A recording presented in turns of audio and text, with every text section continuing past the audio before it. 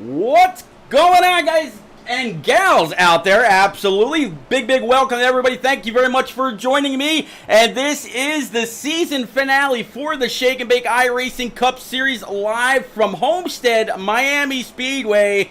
Season is coming to a close here in the marshlands of Florida. Joining me for the first time to shut this season down is going to be the one and only KS Gaming 51. That's right, we're talking about SWAT's old Curtis Swatsworth. I get it right one of these days. Curtis Swatsworth. I haven't known you for years or anything, right? Kurt, buddy, thank you very much for joining me. It's going to be one hell of a race here on YouTube, Twitch, and the Sim Racing channel on Roku TV. Kurt, how are you, buddy? Doing great, Pete. I'm excited for tonight's race. This championship has been building, it seems like, for a lot of weeks now whenever they started this playoff series, and I'm kind of excited to see who pulls this out tonight. I'm excited to be in the booth with you. Not like we haven't been in the booth every week for the last probably few years. Yeah, I'm super excited to be in Homestead-Miami.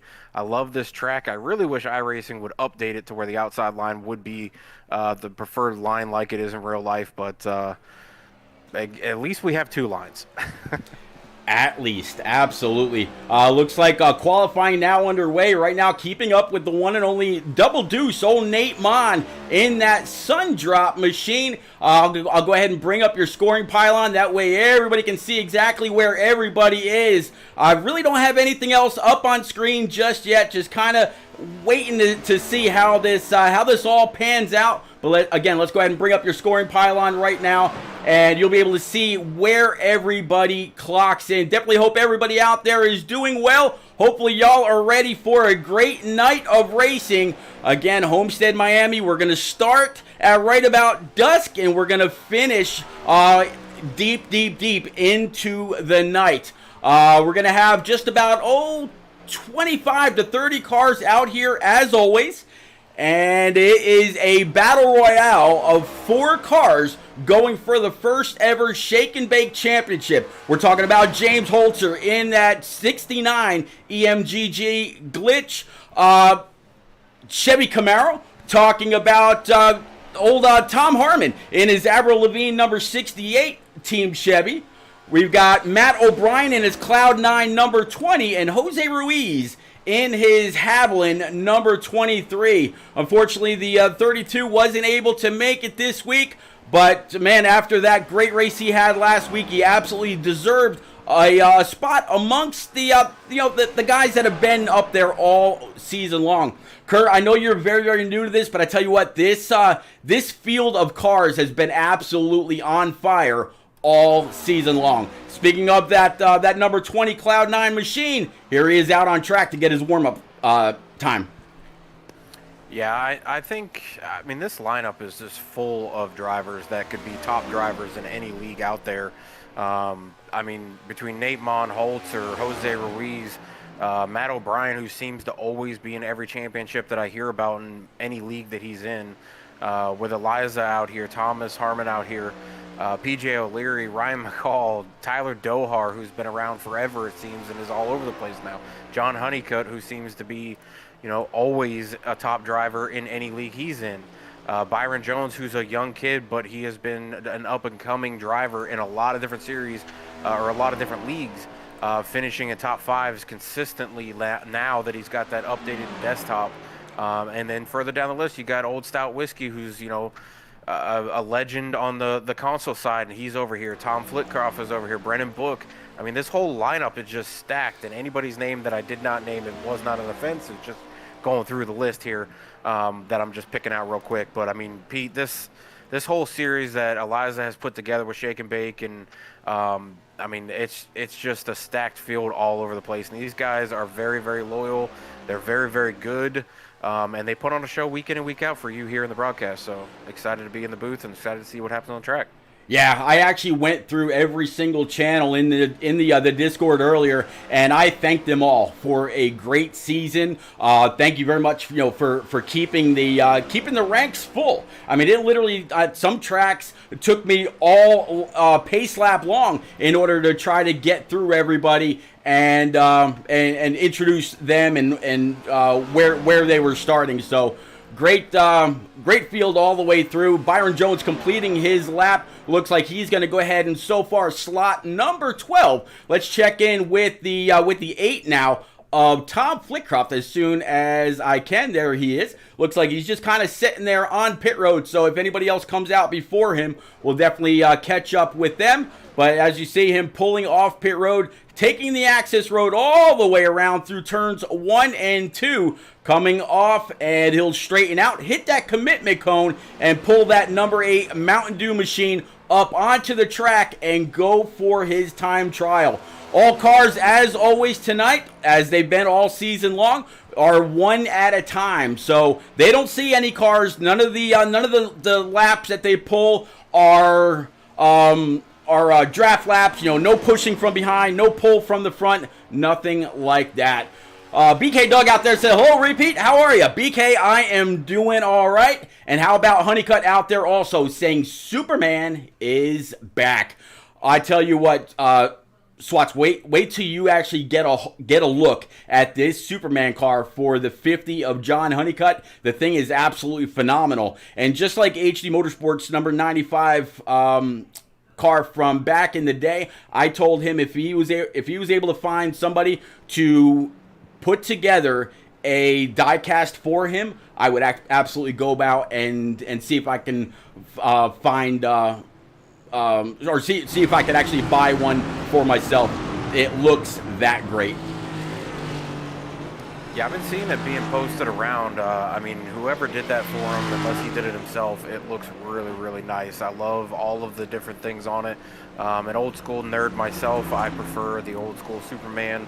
I mean, I do like the new Superman, but just the way that he's got that whole car designed, the old school look of it, the POW on the back, the Superman on the front, the old school Superman on the sides, the comics. I mean, it's really, really nice. But I was just going through the list here, and you had referenced Byron's lap time there for his qualifying, and he was running about 3rd or 4th through practice, or most of practice. So I was kind of surprised to see that lap time. But I'm going through the top 20 and really, or the top, let's say top 14, which is where Byron is now slotted, and there's only 2/10 separating that whole group. So there is not a whole lot of room for error. And I just went through Byron's lap time, and it didn't look like he made any mistakes. It just looked like he might not have carried enough speed off the corner to make his lap time. But Brendan's looked really good, looked really smooth. Didn't look like he kind of scrub tires at all or anything like that. So these guys have got it figured out, and I'm wondering if maybe we'll see one of the top 4 playoff drivers competing for tonight's championship win this race, or if it'll be won by a non-championship driver for tonight. It's gonna be interesting. Tom Harmon just went to the top of the boards. Just as I say that, there goes James Holzer to the top of the board with a 33.16. Tom Harmon 33.25. Brody Falliker 33.25. 33.30 for Byron Jones. 33.36. I mean, like you mentioned, the top times absolutely stacked, one on top of the other. But at the end of the night, it's either going to be Holzer, Harmon, Matt O'Brien, or Jose Ruiz. So it's going to be one of those 4. Doesn't matter what you did prior to tonight's race, all the points are squashed. It's all about who finishes in front of the other when it comes to those 4. So we'll have to see. They got about 12 seconds left of this warm-up. Let's go ahead and clear the boards and show you exactly what kind of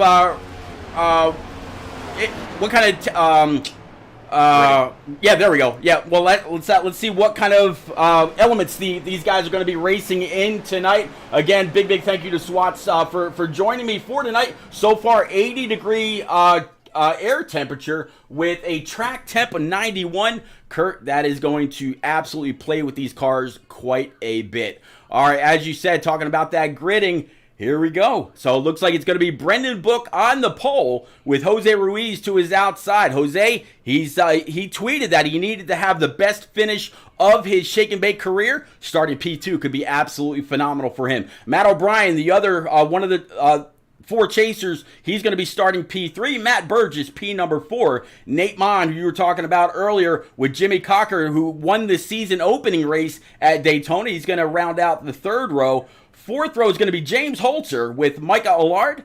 John Honeycutt in that Superman 50 P9. P10 is going to be Tom Harmon in his Avril Lavigne machine going for a championship. Eliza Bethel in P11 and Ryan McCall to round out row number 6. Swatch, you want to take 13th through 24th?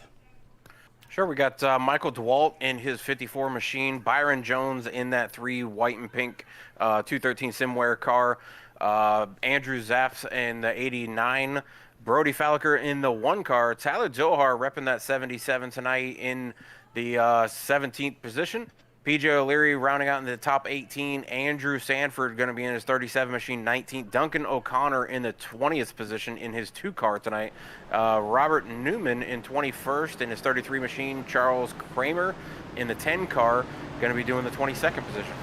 There we go. Yeah, 23rd is going to be John Osborne and Ryan Crooks. That's going to round out row number 12. And behind these guys, it's all about Jordan McGraw back there in his number 34 Team FTR, starting P25. P26 going to be Tom Flitcroft. Tom Flitty in his Mountain Dew number 8. P27 is going to be Jeff No in his Carolina Woodworks number 55. Brian Pizzakemi in his number 28, starting P28. P29 is going to be Philip Bridgman in his number 18, and then Jacob Palmer in his Alabama Soda Machine Strip It Naked number 39, starting shotgun on the field. Let's go racing, let's go racing. Green flags out, let's go. Yeah, Pete, they're going to try to get to the gears as quickly as they can. The 23 did not have a good start. The 42 had a really good start with James Holster. But the 20 is able to go from 3rd to 2nd because Ruiz did not get on the gas quick enough. And he's actually getting challenged right behind him from 5th. And we get a caution out on track already, Pete. Caution number 1 out already. Looks like Rob Newman and Ryan Crooks, possibly with a little bit of Jeff No, a little bit further in the back, going to have an issue. So we'll go on back, find out what we can, and kick things off. But yeah. Again, big welcome to everybody out there in chat over on the Sim Racing channel on Roku TV, which is who this race from Homestead-Miami is sponsored by, as well as everybody out there on Twitch and YouTube. We'll talk a little bit more about all that as the night goes on. But for now, let's go back, find out what happened with Rob Newman, Ryan Crooks, and Jeff No. Oh, Stout Whiskey. Let's go. So you see the 33 in that middle line. Oh, looks like Ryan Crooks was trying to avoid a car that was up in the wall. If I'm not mistaken, that was going to be Rob Newman. Let's find out. No, let's actually go back with Jeff No, find out. There's the 55 on the bottom. Let's kind of switch this up just a little bit, and we'll go ahead and we'll go ahead and rewind that back so you can see from the taillights of the 55. Let's go. Oh, so I'm almost wondering if the car on top didn't get a little bit of help. And then 33 and 28 got together, sending that Carolina Basement Solutions number 55 of Jeff No to the inside wall. Let's look again from Ryan Crooks. Yeah, Pete, if you go to the 24, that's where it starts, right? The 24, PJ O'Leary gets really loose, and that's the pink and black cards against the wall. All right, so, yep, I'm with him now. Let's go ahead and rewind that just a little bit, see if we got any help. Let's play from there. You see the 2 right down low, up high, about as high as it goes. But, yeah, got a little loose, tried to correct it into the outside wall. And I'm going to guess the 25 pulled down to try to avoid him. And that's when all hell broke loose between these 3 or 4 cars. It looks like Brian Pizzakemi in that number 28 might have actually suffered the least out of all them. But let's go ahead and bring it back live. Thanks, Watts. Yeah, no problem. I just was trying to go further out in front. And I'm like, I'm not seeing what started with the 25. I saw the pink car, and I'm like, let me go even further, and there's the 24, and I thought maybe he had a little help, but he just got really loose, was trying to correct it. That high line You got to let off early. You got to let it roll through there before you get into the gas. And going in car with him, he might have gotten into the gas a little bit early in the back end on these next gens. Just slid out just a little bit on him. He tried to correct it, but these things are so hard to correct. They snap real easy, and it just shot him right into that outside wall. Yeah, nowhere to go. And earlier I had mentioned that I had actually turned a bunch of laps in this car to get ready for tonight's race. This is about 1:30, 2 o'clock, give or take. And I was actually talking to Stan Carnathan about the Sim Racing channel on Roku about this and about the season and the Cup Series that's going to be kicking off in February and a whole lot more. And this track, one end, I was able to carry a little bit more speed and get on the throttle a little bit earlier, where the other end, not so much. If I tried that, the car would have absolutely snapped around. Looking from the front end of this National Guard breast cancer awareness number 42 for Brendan Book, you see that Cloud9 machine of Matt O'Brien to his outside. The whole field stacking up. Nobody really laying back. Everybody wants to go back, including I'm sure the one and only Barney up in a flag stand. Green flag's out. Kurt, we're back. Yeah, Pete, as they go into turn 1 and 2, Brendan Book's going to try to hold that outside, or hold the inside there, but Jose Ruiz still a little bit off on these restarts. Yeah, Jose Ruiz, I mean, he's still been able to carry that bottom line 3 wide behind him for about P number 6, and it looks like a whole gaggle of cars. Everybody's, trying to get the best possible position that they can in order to make sure that when everybody's got to start backing it down, they're able to do so, and they don't lose too much track position. Right now, Swat's the top 4, all single file, as Nate Mon goes to the high side, and I believe that's going to be the 69 of Holzer behind him.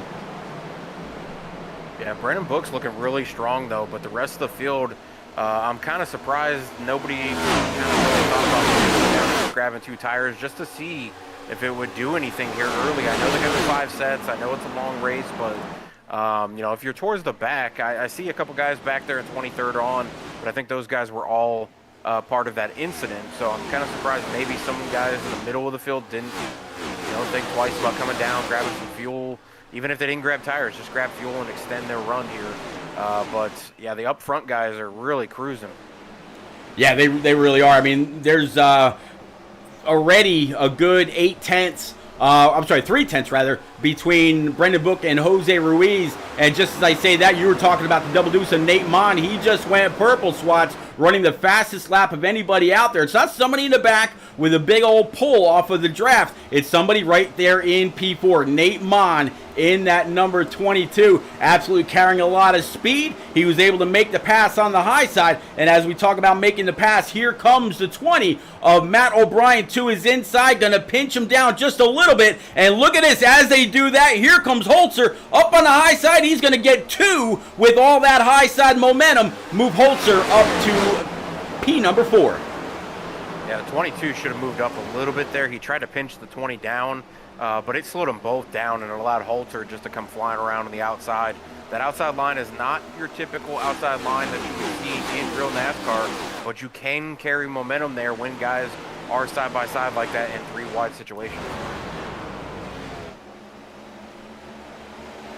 Nate Mon still on the outside door of that number 20. The 60 of Micah Allard right now, P7, up 1 spot, doing everything that he can do. He's basically just trying to see which line is going to move, and it looks like it's going to be Nate Mon. The 20 kind of bogged down just a little bit with Micah to his outside, unable and not willing to allow that 20 to get back in the throttle as soon as he'd like to. That way he can carry some speed up and off the corner. Meanwhile, everything the same old up here in the front. Brendan Book started P1, staying P1 right now. Same thing with Jose Ruiz. And oh, by the way, Jose Ruiz, he sent a tweet out earlier saying, hey, it looks like I am actually going to be battling for a championship. Tonight is my best opportunity to have my best ever finish here in Shake and Bake. Right now, running P2 under pressure from the 67. And oh, by the way, here comes Holzer. Yeah, there's some other guys back through this list, Pete, that I'm keeping an eye on. One of them is Tom Flipkoff. He is up 9 positions already through this race. He started towards the back. He's starting to come towards the front now. He's up to 17, started 26th. He's actually got the fastest lap on track from the start of the race, period. But he's actually not the fastest on track in this lap. But overall, he is the fastest guy on track until somebody can beat that. But the rest of the field, I mean, there's other drivers out there. I mean, Byron's up 2, Eliza's up 1, Holter's up 3, now 4 as he takes over second place with Jose Ruiz side by side. Yeah, Holter sent out a tweet earlier saying, irregardless of how tonight ends, he's very, very thankful and appreciative to the entire Shake and Bake organization and the season that he's had as a whole. I mean, 8 wins, is like 15 top 5, 17 top 10s. He has had a stellar season, and I mean, if he doesn't win the championship, you might as well compare him to Kevin Harvick and last season that he had, not this season, but the last season, where I think he won like 9 races. Looks like caution number 2 is out. Yeah, I was going to reference Carl Edwards there, but there you go. That one works too. But yeah, cautioned out on track. I'm not sure. I see the 54 is really slow with the 64 back there in turn 2. I'm not sure exactly what happened there, but it is Eliza and Michael DeWalt that are involved in this one. All right, yeah, so let's go back, check in with that Team FTR number 64 for Eliza Bethel and Mike DeWalt in that DeWalt machine. Let's start off with Eliza.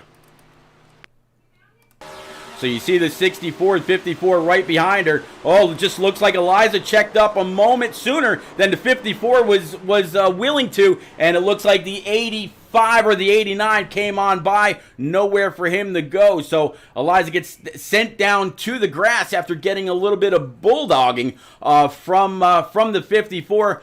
Let's actually take a quick cruise around Eliza's car and see if she sustained any real damage. Looks like a little bit on the left side. Left rear is about the same. Right front and the right rear. So very unfortunate. She more than likely she may be okay, but I wouldn't blame her if she decided to bring that IT Defenses number 64 down pit road for just a little bit of repair. All right, let's go ahead and bring it back live. MK Gaming, old Mike Kinsley out there in chat. Happy birthday, Mikey. Saying Superman, talking about the Superman car best paint scheme, and also saying let's go Byron. Hey, Pete and Swats, and then a big old wow after watching Frozen get tagged in the rear bumper, sending her around. As you can see, though, it looks like a few cars going to opt to come on down pit road, while others stay out, including the 42. Yeah, Pete, I mean, we're 15 laps into this race. This is about the time that the tires start to actually wear in. So I'm not surprised to see a lot of people come down. I am surprised to see only 4 stay out. I know Brendan was leading there. Once the guys started coming down pit road, he was pretty much stuck, and he had made his bed at that point. So they kind of roped and doped him into that one. James Holzer definitely leading those guys down pit road and kind of leaving Brendan out there. But, you know, it's the last race of the season. Going for the championship, you got to do what you got to do. You got to switch strategies. And it looks like a lot of people came with Holzer when they went down. Ruiz came down. Pretty much everybody except for Dohar, John Osborne, Ryan Crooks, Micah Allard, and Brennan Book stayed out. Now, it's kind of interesting, all right? These guys have a total of 5 sets of tires. The set that they started on, and then 4 additional sets in the pits. They say that they can go between 50 and 60, 40 and 60 laps on a tank of fuel, but after about 20 to 25 laps, they were really starting to feel the effects on the tires. So knowing that they're very, very limited on the sets of tires, and that means that they're going to have to go a little bit further on the remaining sets that they've got in the pit swats, would you have come down right then and there for the tires? Or if this thing goes green, are they stuck? They probably wouldn't have come down. As early as this is, we've already had 2 cautions. You can probably expect maybe a few more cautions at some point, even when we get closer to the end of the race. I would much rather have that extra set of tires like Dohar, Book, and Allard, and a couple others decided to save right there. I mean, there's no stages, so it's not going to get broken up with that. The only way it's going to get broken up is with cautions, and I mean, we've already had 2 within the first 16 laps. Going back to that caution, though, with Eliza, I mean, I know we say this all the time, Pete, it's early in the race. That move probably did not need to be made. He could have probably checked up a little bit. I don't know where he thought he was going. Yeah. They were towards the back of the field, so uh, I, I mean, I know Eliza's Eliza, and she'll, stay calm and stuff, but I'd probably be a little heated in that car if it was me. Yeah, no, absolutely. I agree with you. And I mentioned earlier in pre-race that I had actually ran about 15 laps while getting everything set for tonight's broadcast. And yeah, you do have to back these corners way up unless you're utilizing a little bit of brake. And I also found that I was actually carrying the most amount of speed, only going from first through fourth gear. I wasn't even touching fifth gear. I was letting it redline, but it wasn't getting up into the very, very high nines. It was doing all right. So lights atop the pace car are out. He'll be making that left turn towards pit road next time by. Again, it's going to be Brendan Book, Micah Aller, Tyler Doar, John Osborne, and Matt Burgess as your top five. Brendan. James Holzer, Matt O'Brien, Byron Jones, Tom Harmon, and Jose Ruiz inside the top 10. So you've got all four of your championship contenders right there in the top 10, and that's exactly where we've been talking about these guys all season long, and that's exactly why they're in the position they're in. Yeah, Pete, I would probably say these top four that are lining up right now are probably going to be sitting ducks after a lap or two. I mean, Holzer's right there as we're going green here, but Holzer and whoever's to the outside of him are on the freshest tires there. So this whole group is going to line up and probably blow the doors off the top four, but I would not get too, antsy if I was the 42 or the 77 or the 61. It's a long race, and I really think that extra set of tires are going to come for sure in handy towards the end of this race. Absolutely. Big hello out there to Mao and Maze. Definitely appreciate y'all for coming out. Man, I appreciate y'all's support all season long. Once Ryan Crooks and James Holzer decided to go ahead and sign with EMGG, y'all have been there every single week. And please don't ever let my thank you sound stale, because I absolutely mean it each and every time. Zim, Maze, Mao, T, Dana, everybody that's been out here from EMGG, thank you very much, sincerely. Here's to season 2. Yeah, Pete, I'm seeing Holzer's already made up one position. He's up to fourth now, and now he's got the top three lined up right in front of him. Dohar, we know him to be real conservative when he drives. He's somebody that kind of doesn't necessarily lay off, but he's very, very good at figuring out strategy for fuel, tires, things like that. He's got a few extra laps, or less laps than the guys who are right in front of him. But Holzer, with those fresh tires, you're going to see Holzer come around the outside right now as those three are lined up on the bottom.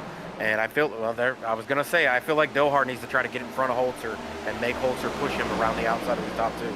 Yeah, Holzer a little bit further up in his machine. That Chevrolet that he's been rocking ever since he got that new equipment, he's been bad fast as well. Right now, a little bit further in the back, we see the 3 of Byron Jones.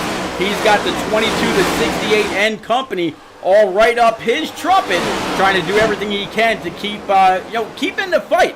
Byron Jones, he's not in the championship hunt, but he's got every right to go ahead and race for a trophy. Right now you see the one of Brody Falliker, Tom Harmon, John Honeycutt, and others talking about John Honeycutt. I got to jump on board from the front, facing back, and show you this Superman scheme one more time. Probably one of the best paint schemes I have seen all season long. I would buy a die cast of this machine. Love it. Oh yeah, I think he needs to send it into NASCAR and see if somebody will take that scheme from him and put it on a car, because like I said before, that car, it looks amazing. The old school feel of it, the old school comic guy in me just loves seeing it. I like the tearing of the paint, to see that Superman emblem on the hood, the big hands coming around from the front tires, the Superman himself on the side of the car. It just looks awesome, the old school feel. Even the comics, when they did the POW or the Ka-Chow or whatever did, it was, they had the spike looking kind of like blowout around the word. And if you look at the numbers on the front where the headlights would be, that's what he's got. So it looks awesome. I really love this design. I really think he needs to send it into NASCAR and see if somebody would take that design from him. Yeah, that would be absolutely amazing. I would, like I said, I would actually buy that paint scheme if it became, a real life scheme. I've got Dale Jr.'s Superman car down here, and I think that car puts his to shame. Yellow number 3 is out, but how about Jaden Gimbel is actually the one that helped them with that paint scheme. So you know that name just as well as I do. Talk about name. Under caution. Yep, I was going to say, talking about names, looks like this one's going to have something to do with Jimmy Cocker and Duncan O'Connor. So Jimmy Cocker in that number 31 Virginia Tech machine, all part of, or is going to be a part of this. I asked him in pre-race. I said, "Hey man, you opened up the season with a W at Daytona. Can you shut it down with a W for a nice pair of bookends?" And he says, "Man, I've got at best 20th speed." So he doubted it. But let's go back with him right now. Find out what happened. And go to Eliza. She is not going to be happy after this race. Oh man, go to Eliza, huh? All right. Yeah, the 64 has gone around a second time. All right, so let's switch up the cam, and you see the 67 to her inside. Let's go ahead and play it from here. Oh, hooked, and that's going to collect Jose Ruiz, but I don't know quite how much damage he got from that. But Jimmy Cocker and the Deuce hard into that outside wall, nose first. No bueno for both of those guys. And these guys do have one fast repair. Hopefully they haven't had to burn it just yet. Now let's go ahead and from Jimmy Cocker's view. You see Jimmy Cocker on the outside of that number 30 Shaboom car. Yeah, Eliza just came up, nowhere to go. Ryan Crooks, he just got his lap back. Also got a piece of that. Yeah, it looks like that 31, he's steering to the right to go left. So I'm going to guess there's a little bit of linkage busted in that Camaro also. Let's go ahead and bring it back live. Yeah, I mean, there's nothing Eliza could do about that. She was, she was against the wall. There's not much she could do. It just, yeah, Jimmy came, or was that Jimmy that came up? Who was in the 60? I don't know who that was. Whoever was that tagged her or hooked her, it just thought maybe they were cleared, and definitely were not clear. That old saying of not clear probably was ringing pretty loud. Yeah. And I'm sure Eliza's probably screaming, "You were not clear" right now. Yeah, I don't doubt it. I mean, Eliza is very, very forgiving. She runs a very great league. I mean, I love being around this this club, this community, this league. It's always a whole lot of fun. They put on a racked and stacked race every single time. Charizard out there in chat saying, "Hey everyone, how's it going? Good to see you, Charizard. Thanks for coming out, hanging out, chatting up, keeping me and Swats and everybody else out there. Swats, I cannot talk tonight. Everybody else out there company tonight." There we go. This is the final race of the Shake and Bake Season 1. And, man, Homestead-Miami, third caution. Not too shabby. You've seen a lot of great side-by-side racing. One car got loose, came and just lost control for one caution. That time looked like Eliza got hooked, and that's what brought out this caution. But, well, I'm sure we'll see a lot of great, racing as this night goes on. So far, so good. Yeah, Pete, I'm looking at the front of Jose's car, and I'm not seeing any damage whatsoever to the front bumper of his car. I'm kind of surprised not to see any damage. He did not come down pit road. The top 9 did not come down pit road. Top 10, or after the top 9 did. So Brennan Book gives up the lead and goes back to 10th. Byron Jones jumps up to 11th, though, so he's going to be lining up right with Brennan. The rest of the field stayed out. I would probably, if I pitted just a few laps ago like these guys did, I'd probably stay out too. You're looking at about the same amount of laps that we had earlier with the guys that did stay out with the 42 and a couple others there. They were able to hold on to the lead. Holzer was coming, though. He had gotten up to second by the time this caution did come out, but he slides back to 14th now. Yeah, Brendan Book, like you said, a little bit further back. Byron Jones, Ryan McCall, Micah Allard, and Holzer. Matt O'Brien's going to round out the top 15. Just been going through this field now with Jose, as you said. No real damage to the front end of that Texaco Haviland number 23 Camry. Looking pretty good, and I'm kind of glad. I would actually like to see Jose Ruiz get on up there and or stay on up here and stay in contention the entire race. It's gonna be tough goings for him though. You see the pace car pulling the field in the middle of turns 3 and 4. Let's go ahead and bring this back to a good image for all of y'all out there in chat. Let's check in with Barney. We're gonna go back green flag racing. We're gonna go a lap or two so y'all can go ahead and crank it up. Let's go.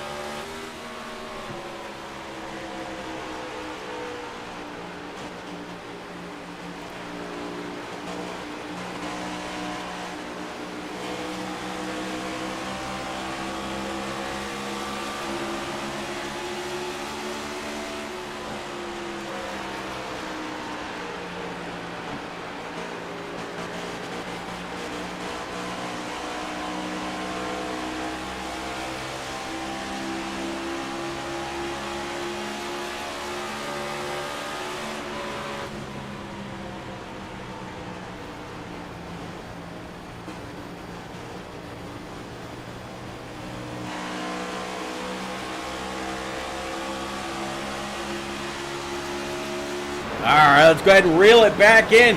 So yeah, Swats, not too bad. Working lap 32 of 134, so 102 laps remaining. And as I was riding around with the number 30 Shaboom machine for Ryan McCall, I was listening to him really have to feather that throttle coming up off the corner. That whole whap, whap, whap, whap, whap, whap, before he's able to get on it and stay on it. Coming down the straightaway, saw Byron Jones having a couple of loose issues. I think I saw Micah Allard have some issues as well. But man, these guys really having to wheel these things in the early goings. Yeah, Micah Allard got loose coming off of turn 2 while we were under brake there, and he almost slid it right into the rest of the field, but he was able to catch it. A little smoke off the tires, but he was able to catch it. He lost several positions there, but he fell back to 11th. But I wanted to point out before we went on break there, the first 3 guys that had pitted there, they did not stay on pit road very long. Brendan Book was only on there for 7 seconds. Byron Jones was only on there for 4.8. Jacob Palmer was on there for 4.8. Tyler Dohar was only 4.4. Ryan McCall was 4.9. So there's a lot of guys that went down pit road that were not on there very long. So I'm guessing that was just a gas and go stop. 4 seconds doesn't sound like long enough to put 2 tires on. So the first guy that had green or fresh rubber would have been James Holzer, and he's already back up to 6th, starting 13th on that restart. Yeah, let's actually check in with Holzer in this number 69 EMGG Klitsch Camaro, running underneath the 54 of Mike DeWalt. DeWalt had a little bit of an issue earlier in his Yahoo machine, so good rebound for him, up 6 spots. Up 8 spots rather overall right now, running inside the top 5, right behind Holzer right now, sitting P4. Right ahead of him, you got Brody Falliker in this number 1 Hennessy Performance machine, getting underneath the 8 of Tom Flickcroft. But right now, everybody's still trying to catch Nate Mon in this double deuce. Looking back from him though, he's got had a 3 wide battle of everybody else. Holtzer's thinking about taking him 3 wide through turn with Flitcroft and Brody Falliker. Yeah, Brody's going to go ahead and maybe try to throw it in. I don't think he'll have enough speed, though. We were talking about the difference in lines during pre-race. We were asking Honeycutt about wrapping that high side, like he sent the message out earlier. I think it was Twitter or Facebook or something like that, and said that he was doing his best to work up some practice.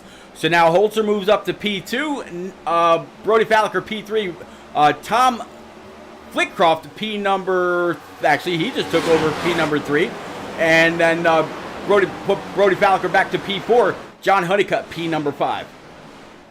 Yeah, while we were under break also, Flitcroft and Mon made contact side by side, and I could hear in the chat Flitcroft apologizing to Mon, saying he thought he was going to ride a little higher there. Once he did that though, for Mon, he started to slip back. He had slipped back to third. And then obviously with Holzer coming on those fresh tires, he is on rails right now compared to everybody else that made that pit stop. The next person that made the pit stop is back in 8th, and that would be Matt O'Brien back there in that 20 car. He's sitting on the same amount of lap tires that Holzer is, but the rest of the field is starting to slip through.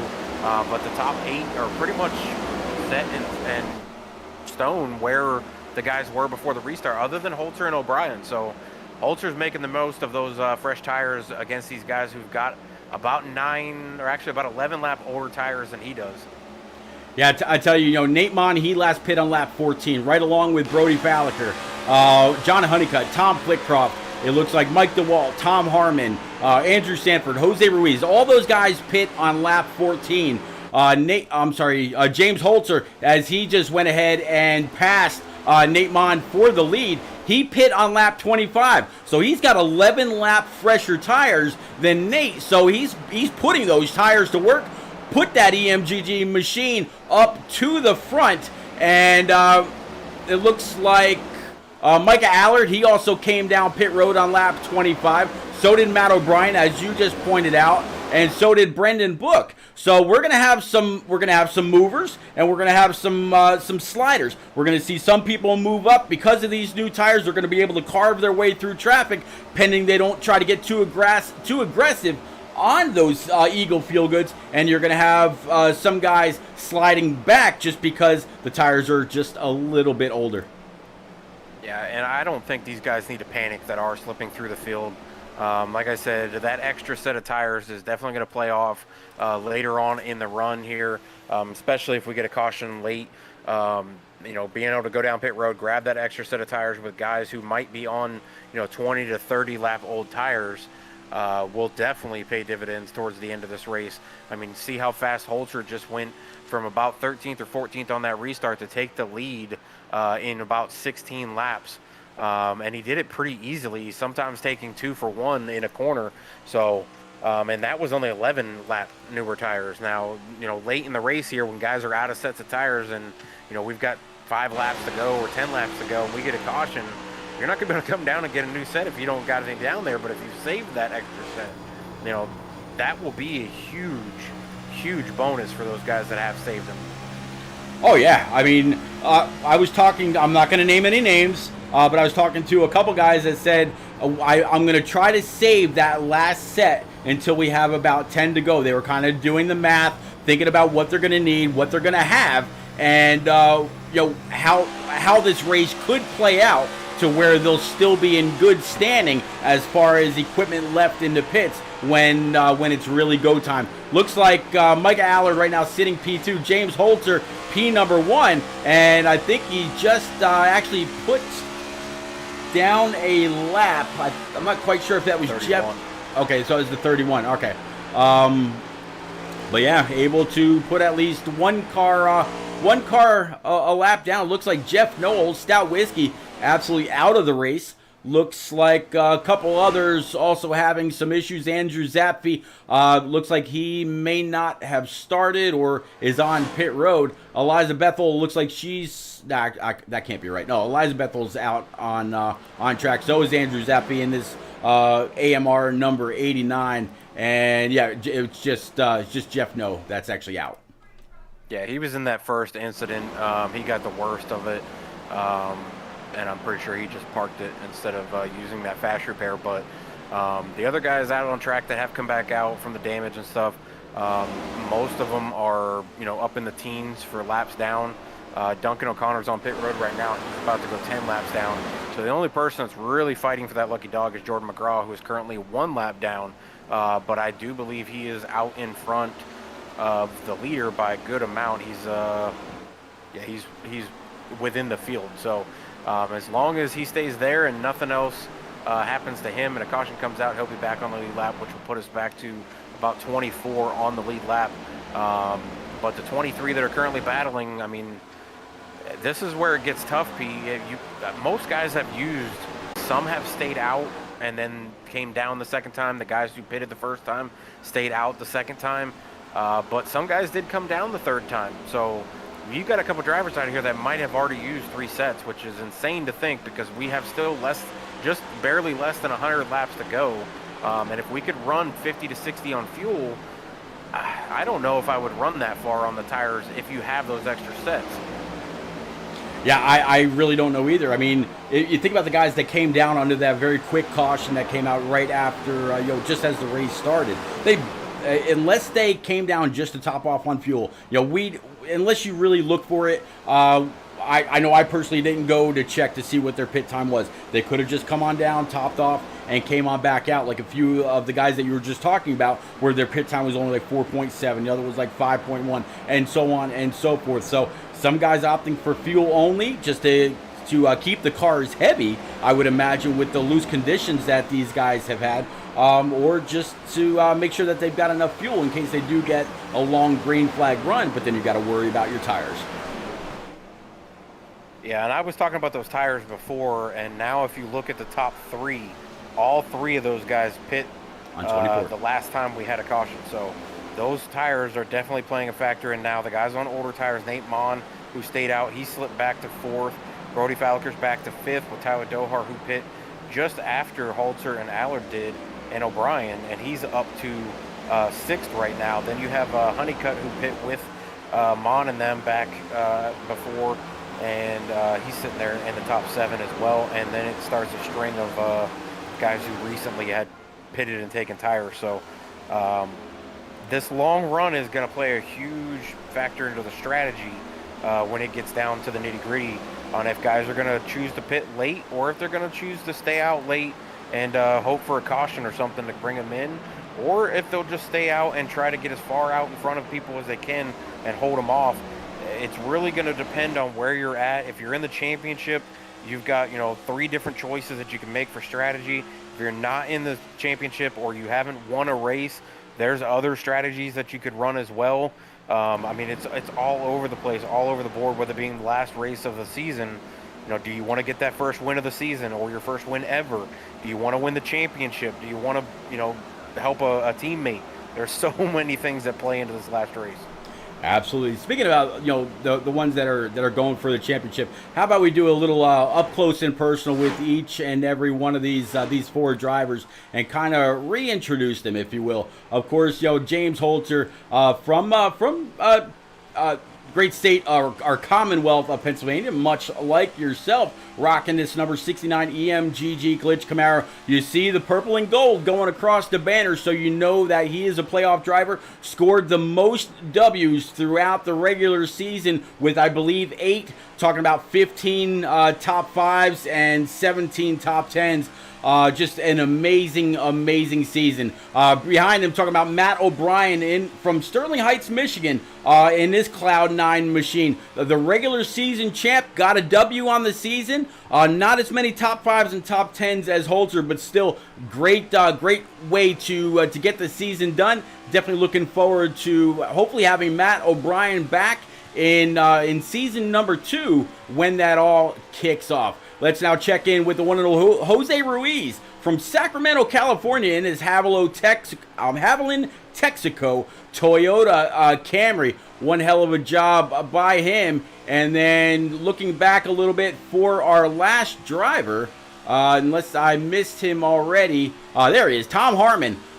Sitting P number 10, 2 spots behind Jose Ruiz in this Avril Lavigne Chevy Camaro. And I tell you what, I'm actually gonna change this view, and I want to show you the front bumper on this thing.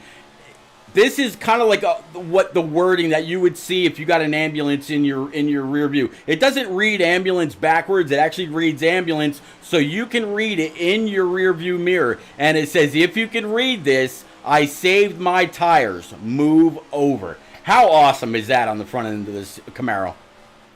I mean, it's pretty awesome. I would be surprised if anybody looking in their mirror actually moves out of the way for them. But, I mean, if it gets into the psyche of a driver in front of you, why not? I mean, Dale Earnhardt used to intimidate the crap out of people. You knew as soon as he got on your back bumper, he was either going to move you or he was going to shake your inner core to where you made a mistake.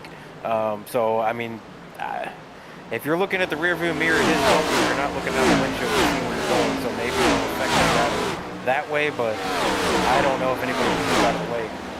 The interesting part, Pete, going through these 4 drivers, you have two different strategies going on. You have 2 drivers with Holzer and O'Brien who are on the same pit strategy, and then you have Ruiz and Harmon who are on a different pit strategy together as well. Holzer and O'Brien pit 31 laps ago, Ruiz and Harmon pit 42 laps ago, so it'll be interesting to see which one of those 2 strategies pays off for those 4 drivers with 2 different pairings, doing 2 different things. So, but I mean, right now, I also got to mention, Pete, I'm loving the Southern accent when you bring up certain things where you said have a lean or have a line or whatever you said. But every now and then, yeah, every now and then. Like the irregardless thing, it gives me like cringe nails on a chalkboard thing because I can hear my English teacher screaming at me now saying there is no irregardless. It's not a word. But yeah, it's always fun with you in the booth. Oh man, I tell you, I really do appreciate you joining. And I tell you, guys and gals out there in chat, please look this guy up. KS Gaming 51. The guy started out as a driver in turn down for what trucks and Xfinity and whatnot, and he's done a lot for a lot of leagues, and it's not always in the limelight, but he deserves to be. I tell you what, he's a great person to know. Very, very good with the digital brush to get videos and graphics and all things like that done. Make sure you go on over and check him out. KS Gaming 51 on Twitch every Tuesday night with the turn down for what iRacing Cup Series. And if I'm not mistaken, you got some more coming up pretty soon, don't you? Yeah, I've got a league coming up in November for Monday nights. It's a truck series. It's over there with Chris Fafke and those guys taking over, I believe, for Rick James, who wasn't able to continue doing that. So their new season's coming out on Mondays, November 15th, and I'll be taking over there. So that'll be interesting and very fun to get back with Fafke. I remember doing a lot of stuff for him with PSES, and when PSES fell apart, he had a different league that I was helping out with as well as a broadcaster. So, yeah, it's kind of a funny story. I mean, going from console to then, all of us from console days that were all close, jumping over to iRacing and getting into the racing parts on here. I wasn't ever very good, Pete. I could hang with people. I just always seemed to be caught up with everybody else's mistakes. And it just became so frustrating and wrecked all the time by other people's mistakes to where I was just like, you know what, I'm having more fun sitting in the booth watching other people crash and other people make mistakes and things like that. And I'm gonna make the switch and jump over. I mean, I did some broadcasting on console and I did some POV streams and things like that starting out on iRacing, but I've really enjoyed jumping over to the booth, and I'm really enjoying the leagues that are coming to me and requesting me to be part of their league and getting their league in the limelight or the spotlight, and with the Sim Racing channel, we've got all the stuff going on with them. I do it on Twitch, YouTube, Facebook. I try to get it all over the place. I even got a TikTok going with different videos and things that I've made with you bringing up the videos and graphics and things like that. I really enjoy going through and creating videos for leagues or drivers or broadcasters themselves, or leagues with creating openings for them and things like that. It's really fun. It's really kind of meticulous to go through and OCD, where a picture lines up or where a video lines up, or the music that goes along with it, things like that. It's really fun to do, and it's kind of relaxing, but it's also frustrating with OCD kicking in, trying to get everything look perfect. I'm really enjoying it. I love doing it with you as well. I mean, we do it on Tuesday nights. I was there with you for ARCs for a little while. Yep. Where I stopped doing weekends and jumping over here to do Shake and Bake. It's great to be in the booth with you as always, and I love meeting up with you, going to the Roval with you. Obviously, a huge thank you to again for inviting me to go with you, and it was a fun experience. Probably not an experience I'd like to do again, because the road courses are, just in my opinion, so dang boring. Except for those last 12 laps were pretty entertaining. Especially when Chase Elliott spun out, I was super happy. Not that everybody could hear me screaming with all the noise, but I was super excited when I saw that. Yeah, that it was. There was that one caution, and then all green flag until mysteriously, and I put this out there. That sign just happened to jump off the wall. I still think it was a fan that grabbed the sign. Maybe. No, I'm blaming a fan that was standing along the wall that was not a Chase Elliott fan. Grabbed the sign off the wall, threw it out on the track. NASCAR had to throw it, and all hell broke loose from there. So while we've got a pretty long green flag run here, let's actually go ahead and not only go through our top 4 and kind of reintroduce you, but let's reintroduce everybody for the last time in season number 1, working lap 65 of 164. Let's go through, reintroduce you one by one, who they are, where they're all from, if they've filled out all their information, and kind of go from there. But again, James Holtz from the Commonwealth of Pennsylvania in this EMGG glitch machine, up 6 spots from where he started. Right now, P1, 7 seconds ahead of this guy here in P number 2. From Sterling Heights, Michigan, it looks like Matt O'Brien has a little bit of damage on the front end of his Cloud 9 machine, almost like he might have ran into a telephone pole and just kind of dented it in a little bit. That's not going to help him. But he's got Brian Pizzicami in his rear view. This number 28 looking pretty good. Up 25 spots. Has to be without a doubt the biggest mover of the race so far. Right now sitting P number 3. P4 going to be Micah Allard in his Dynamo Designs number 61. This Camaro's looking pretty good. Up 4 spots. Nate Mon right behind him in the Sun Drop Double Deuce. Nate started P5, running P5, doing one hell of a job as you hear him feather the throttle, getting back into it. Matt Burgess in this number 67 Hy-Vee, looks like Ford Mustang GT. He's down 2 spots from where he qualified, but still solidly inside the top 10. Jose Ruiz, the guy in fourth place right now in the series standings, trying to go for that championship. And as I mentioned earlier, there's no points. Tonight is whoever finishes first among the top 4 drivers. But out of Sacramento, California, looking pretty good in this Havoline car. Tyler Dohar back here in this Elite Performance Industries number 77. And of course, filter time on the back end from Walbridge, Ohio, up 9 spots, doing all right. Tom Harmon in his Avril Lavigne machine, sitting P number 9, up 1 spot after starting P10. Looking pretty good. He's had Avril on board all season long, not letting her down one bit. Brendan Book in this National Guard Breast Cancer Awareness number 42 from Sterling Heights, Michigan, down 9 spots after starting on the pole.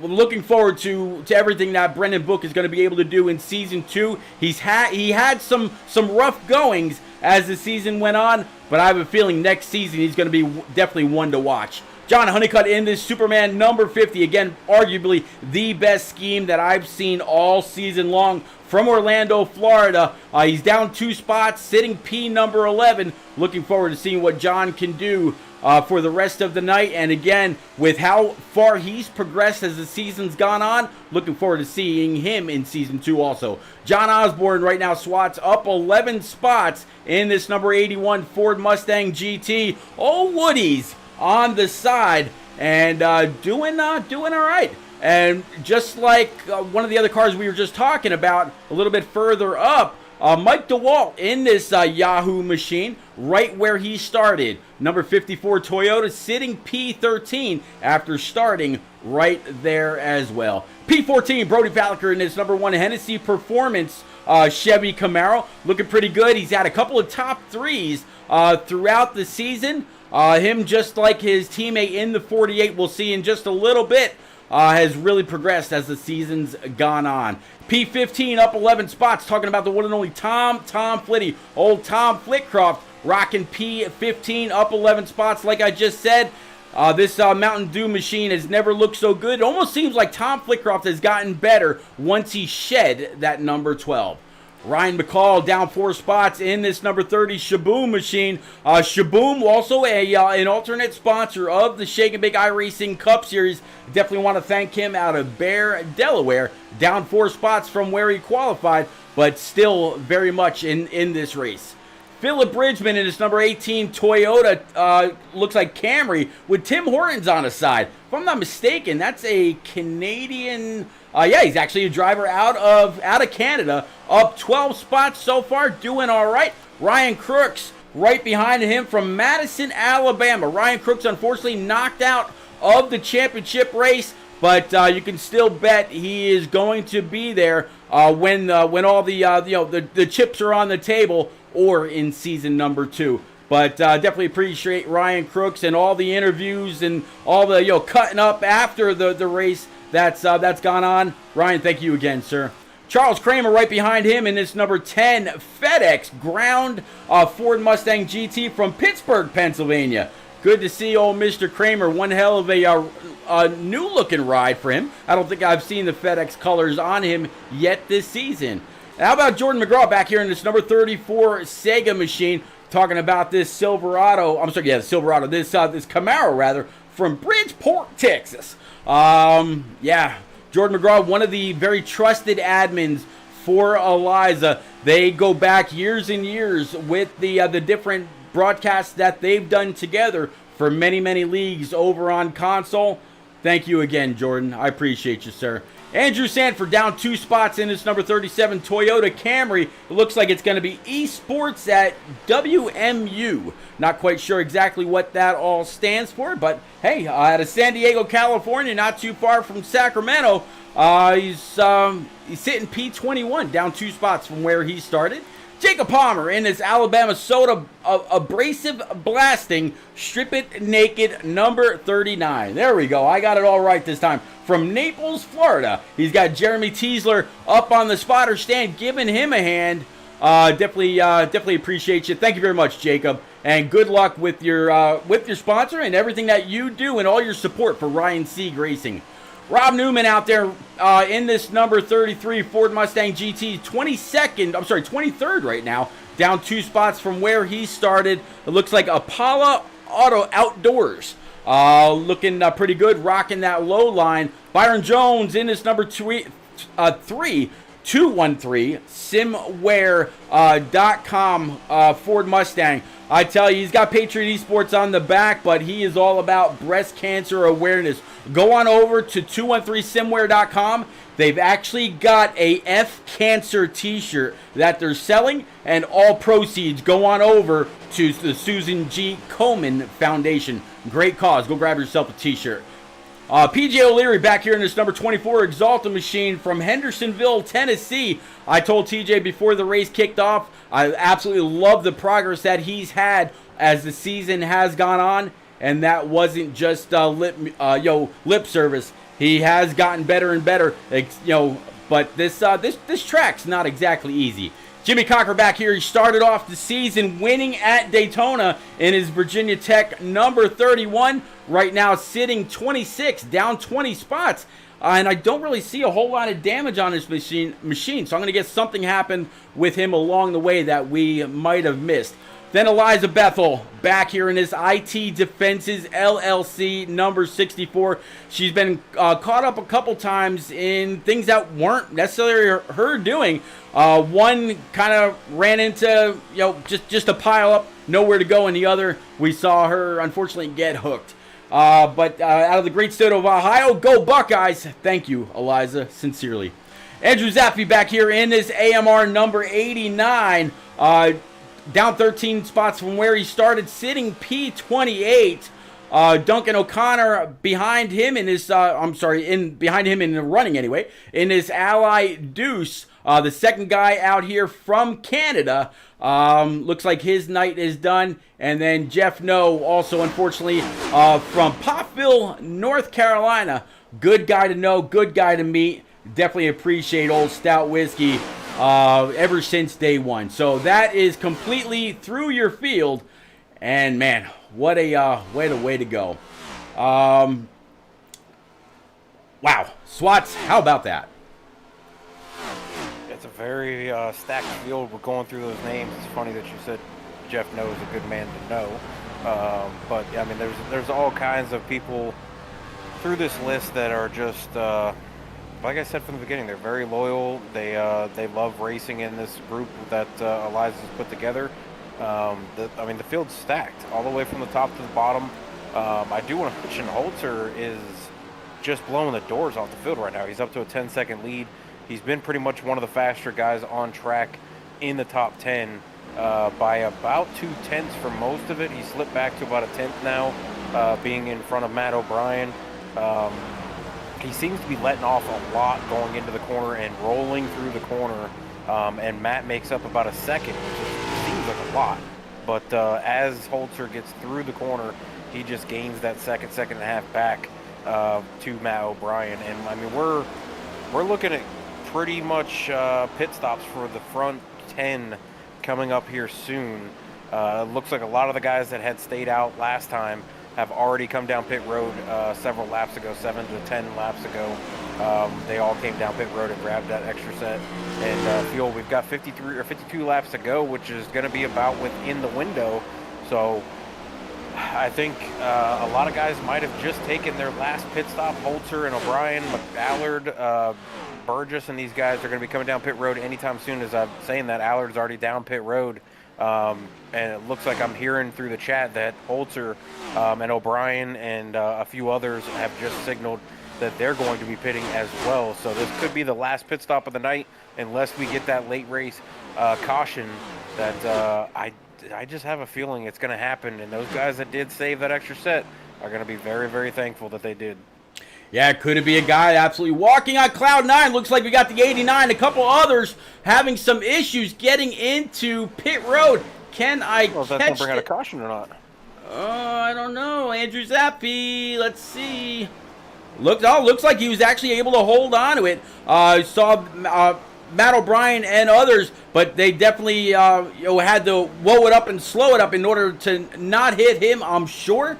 But everybody getting on by the two that is still on pit road. I'm going to guess maybe he just got that very serious meatball flag and had to come on down and fix things up. But, like you mentioned, it'll be interesting with Matt Burgess, that actually inherited the lead. He's also come on down pit road. That's going to hand everything over to the 77 of Tyler Doar. Swats, are you surprised that he's still out here on fuel? No, I mean, he's 50 laps into his run. He had 2 or 3 laps less than everybody else that was out on track that is now coming down pit road during the sequence. So I've got him probably going another lap or two, and then he's going to come down. But he's going to have a little bit of an advantage over these guys on those fresh tires for the lower amount of laps that we've got left here before we make this finish line ending. But I just feel like Holzer, it's on Holzer if he's going to wind up losing this race, because I mean, he had a 10-second lead going into the pit stops. The guys that pit the same time as him got loose, spun around there at the end of pit road, did not bring out a caution because everybody was on pit road that had spun through there. So no caution out on track. That's going to give Holzer an even bigger gap on everybody. And Dohar, Harmon, and Mon, Dohar still needs to pit, but the other two pit 13 and 12 laps ago. So I have a feeling Holzer's going to run them down pretty quick because he's only about a second or two behind him now, but on way fresher tires. Yeah, I mean, right now, Tom Harmon, he doesn't, he hasn't really been showing to have the speed of Holzer or the 20 of Matt O'Brien. He was right around Jose Ruiz and a couple others, so he's got top 10 speed. He just needs to find that extra little bit in order to get up there and contend. Right now, he's running P2 behind Tyler Dohar by a good 10 plus seconds. He's got to hope that caution comes out and he can then go on down pit road and really capitalize on that. I mean, right now it's showing that John Osborne is the first car one lap down. So Osborne, if the caution was to come out, actually I take that back. Philip Bridgman in the 18 is now the first car one lap down. So he's got to be hoping that the caution comes out and he can go around the pace car, get his lap back, and really get back into contention, as it looks like Tyler Dohar has come down pit road, reverting the lead over to Tom Harmon. Nate Mon P2. Holzer, with that commanding lead he had earlier, not falling too far, only down to P number 3, with Nate Mon still staying out behind the 68.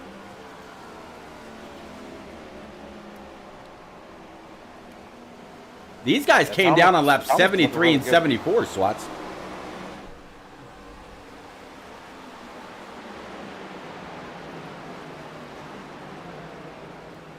Pete, I see Holzer coming up pretty quick. He's only about a half second back now from these two. He's going to be taking the lead back and probably stretch it out on these guys. Unless the caution comes out, I don't see the rest of the field catching up to Holzer.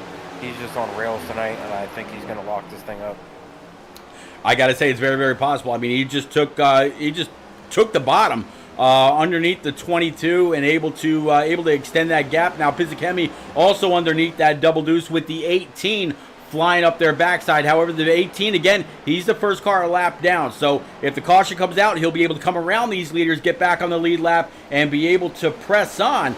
But other than that, he's got no chance. But yeah, Holzer, he's gone ahead around the 68 of Tom Harmon and resumed the lead. Harmon has come on down pit road. He came down pit road 10 laps before Holzer, hoping maybe that fresh rubber would suit him well, and he'd be able to gain some time on Holzer, carrying the faster laps earlier. But now that he's got 10 laps older tires, he's just going to watch Holzer drive away. Yeah, Holzer, I mean, like I said, he's on rails tonight. He is clearly the fastest car on track, even when they're all on the same set of tires.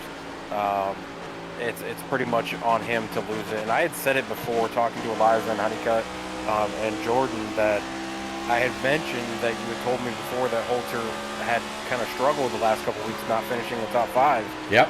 And that, to me, that sounds like a bad night for the rest of the field, because if he misses a few races of not finishing the top 5, you can guarantee within the next race or two he's going to wind up winning. He's just that consistent at being in the top 5 to where it's surprising to not see him in the top 5, and you expect him to be in the winning drive towards the end of a race. I mean, 8 races won over the season, and he hasn't won in the last week or two. So to me, that spelled bad news for the rest of the field. And since the drop of the green flag, Holzer has been the fastest car on track. He looks to be figuring out the line. He's got the preferred line of where he wants to be. It's carrying so much speed there. I mean, he's already broken away 2.5 seconds over second place, which is Tom Harmon, which is another playoff driver. And then you've got Ruiz back there in 8th, and Jose has been kind of hovering in that 5th to 10th range. He was 4th a little bit a while ago, but since then he really has just stayed there. O'Brien must have had a bad stop, because He was right there in second, and now he's back in 12th. So we'll see if O'Brien can make his way back up through the field, but I don't think anybody's going to catch Holzer unless we see a caution here. Yeah, I have a feeling you're 110% right. As Holzer just blinked once. That's why the TV or the camera angle kind of broke away. But let's actually take a lap or two around Homestead-Miami Speedway with the one and only driver of the 69 GG Glitch Camaro. See what he's doing compared to some other guys. As you hear him out of the throttle, quite a bit, and then feather the throttle back into full song. And it looks like caution number 4 is out. So let's take a break from that. Looks like John Honeycutt's going to have something to do with this caution.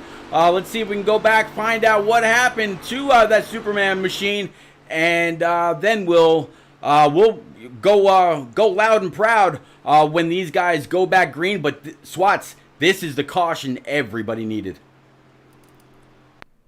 Yeah, this is going to be really, really good news for the rest of the field other than Holzer. Holzer was not looking for any kind of caution out there. The rest of the field, they're going to be loving that a caution came out to try to get them restacked. I don't think anybody was going to catch him. Honeycutt got really loose coming off of 4, tried to catch it, slipped it a little bit, then it just whipped around on him. He came back out on track, almost collected that 20 car, or the Yahoo car, I think that's 54. As he came through there, but that was unfortunate for Honeycutt and Holzer, but the rest of the field is really, really loving it, I think. Absolutely. Let's actually go into the cockpit with John Honeycutt, and we'll replay that one more time. That's got to be a lot of braking and wheel work. Let's go. You're going to see some busy hands in there. You're not kidding. Already turning it back to the right. Hard on the brake. Watching that wall slide up in front of you. Hit the gas one more time. Get it away from the wall. Keep it locked down. And watch this. A little bit of gas. Oh, maybe not. Good job, Mr. Honeycutt. Way to be, sir. And glad nobody hit him. All right, let's go ahead and bring it back live. Yeah, he was super close from sliding right into Matt O'Brien, which would have probably ended Matt O'Brien's night for this run for the championship. I mean, he's currently sitting within or right around the top 10. Like I said, I think he was involved in that group that was spinning at the end of pit road when Holzer came in. But I don't know what he's going to be able to do to get back up towards the front. He has one of the faster cars. Obviously, on those fresh tires, he was able to get up to second. But, I mean, Holzer was just pulling away from the field. Even with Holzer and O'Brien having the same exact tires on, Holzer's just got a completely better line that O'Brien just hasn't found. And I think at some point here, it's either going to come down to a mistake from a driver that is a lap down car that gets in the way of Holzer and maybe messes up Holzer night. But I don't see anybody stopping Holzer. I gotta agree. Out there in chat, Yotes King says, I'm done. Car is way too loose. Don't want to wreck it and take someone out. Man, I absolutely get it with pedals, or the issues that you're having with the pedals. Maybe, possibly not reacting or doing what you want them to do. Byron, you're absolutely welcome to join me and Swats up in the booth. Tyler Dohar right now leading those Swats. Holzer P2. Tom Harmon, Nate Mon, and Brody Falliker going to be your top 5. Now, Dohar came down last time on lap 87. Everybody else just now came down pit road, or at least everybody that was eligible to just come on down pit road did.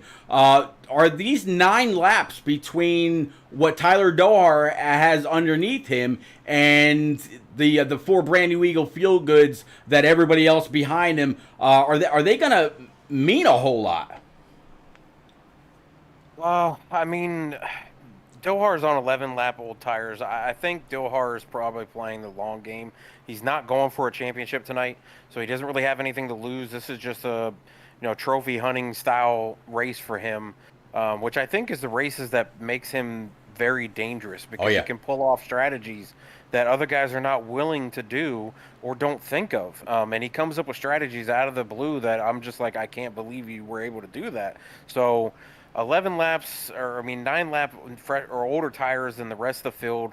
I don't think he's going to be able to sit there with Holter. Holter's just, like I said, he's been on rails, but that's going to be an extra set that Holter has saved. If we continue to have cautions, these guys have now used, I believe, 4 sets, which means that 5th set's out there.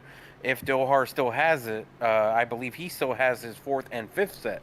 So I think if you see a string of cautions here, I mean, whether it's 15 laps, 20 laps, and then, another 10 laps or something like that with 5 to go, I think Dohar's going to be sitting pretty compared to everybody else. But even on fresh tires, I don't know if he can compete with Holter tonight as fast as he's got. I think that car needs to be stripped and checked by iRacing at the end of the night, because I believe he's got NOS or something stuck in there, because he is just flying. Well, I know that he definitely gets a lot of support from Ryko. I believe he's a Ryko driver, if I'm not mistaken. I know that fixed setups are fixed setups, but there's always that little extra that you can get. All right, we're about to go back green. Let's bring it back to Barney on the stand, coming off of turn number 4. Green flag's back out. Let's go loud. Here we go. And as we're starting through here, I mean, Dohar gets a good jump on those older tires. Holter did not get a great jump on the outside line. We've seen that time and time again throughout this race on restarts, where the guy sitting in 3rd behind the leader gets that jump with the leader and can take over. But look at Holter already making the move on the 68 of Tom Harmon, who is his competitor tonight for playoffs for this championship. So 2 championship drivers battling it out side by side, 2nd and 3rd right now, as Dohar is pulling away a little bit. Yeah, Dohar pulling away just a little bit, but look at the guys, like you just said, behind him. Holzer and the 68 of Harmon. Harmon's going to go ahead and throw it low. Dohar's going to go ahead and slide up. He wants no part of this. He knows these guys are on full send. They're on kill mode right now. How about that, though? Harmon, not having the speed earlier, now able to get on up in front of Holzer. Can he keep him there? Can he put Avril Lavigne in victory lane and claim the championship? Only Harmon knows. Man, coming off of 4 down the front stretch, working to get to lap 103 of 134. 31 laps remaining. Oh, man, Swats, this is getting deep. Wow, Pete, that move that Tom just made might have been his championship move. He just closed the door on Holzer.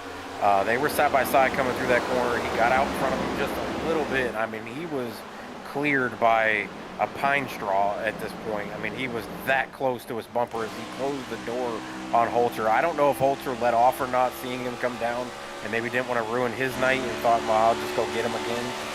But I mean, that was a very risky move to make. But I mean, you're in the championship. It's championship night. You're going for that championship. Tom's probably thinking, hey, I'm going for I got 32 laps to get in front of Holzer and try to stay in front of him. They're on the same pit sequence, and they're all on the same rubber. I said before that Holzer on fresh tires or old tires seemed to be one of the faster cars on track. As you see Harmon trying to break the air and put the air on the front of the car behind him, which is Holzer. It did actually impact Holzer a little bit. It broke Harmon away just a little bit through that corner. Yeah, but going down the front stretch, Holzer able to pull right back up on the back bumper of this Avril Lavigne Camaro. And I tell you, I love the image on the back of this 68. It looks like it's Avril Lavigne with her middle finger up, like, haha, gotcha. But man, side by side into turns 3 and 4. Holzer on the bottom, Tom Harmon on the high side. They are door to door coming off the corner. Will the high side momentum carry him? Holzer able to get back in the throttle. I believe the 68 might have moved up a little bit too high instead of keeping him pinched down all the way. Back on his door again. I think he'll learn from that. Nope. Holzer's going to go ahead and clear himself. Nothing for the 68 to try to get back up there. No attempt of the crossover. Just going to stay right behind him. Man. He's going to look back on it, Pete, and I think he's going to look at it as a mistake, giving up the bottom. I mean, I know Holzer put his nose in there, but I mean, Harmon already closed the door on him once. I was surprised he didn't try to close the door again on him, but giving up the bottom to Holzer, Holzer is just so fast on the bottom. Harmon was able to stick with him there for half a lap, door to door with him, using the momentum, but the dive that you can do down to the corner just gave the huge advantage to Holzer, and I think that might have been Harmon's downfall right there, as Holzer now taking the lead. If he can't get back to him and maybe give him a little bump and run as they go through the corner to take the lead, I think he's just going to watch Holzer sail away from him. The other guys coming through the field, though, Pete, Matt O'Brien's back up to 5th. He is closing in, so he's about a half second back, sitting back here. That's the next playoff driver behind Harmon. Ruiz has slipped back to 10th, so Jose's needing a big recovery right now. But O'Brien he's on a mission, it looks like. So I'd watch for O'Brien to come back through. He did fix that damage on the front of his nose where it looked like he ran into a telephone pole. So I think he's got some extra speed in that car now. I tell you what, let's actually jump on board with this 20 from his nose cam, and actually that is nose cam, not his gearbox. There we go, from his nose cam, and see how or if he's able to pick his way through this field. You see the 42 Brendan Book up on his high side, 54 Yahoo car for Mike DeWalt down low. Let's take a lap or two around with these guys. Go ahead and crank those surround sound systems up one more time. We'll move our way through the cameras, but I promise there are going to be some great shots. Let's go.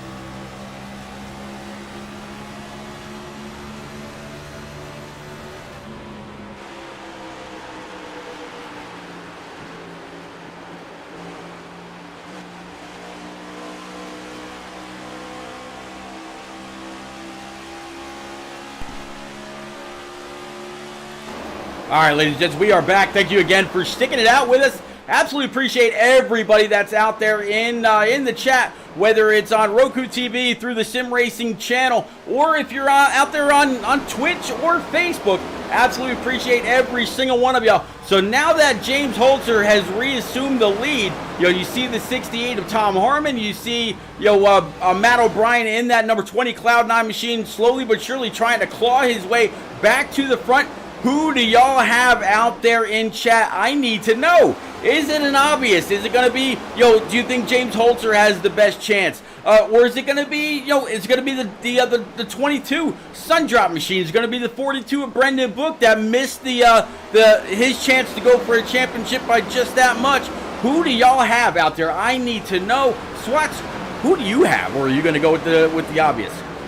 I mean, if we're going to exclude Holzer, because I feel like Holzer is the easy pick for almost everybody out here, outside of him, I'm going to go with Matt O'Brien. I think if there's a late race caution here, I'm looking at O'Brien, and I'm kind of looking through the field. Dohar has slipped really, really bad back through the field. I'm not sure what's going on with Dohar or not, but O'Brien, I feel like he's got the speed. He's been up front.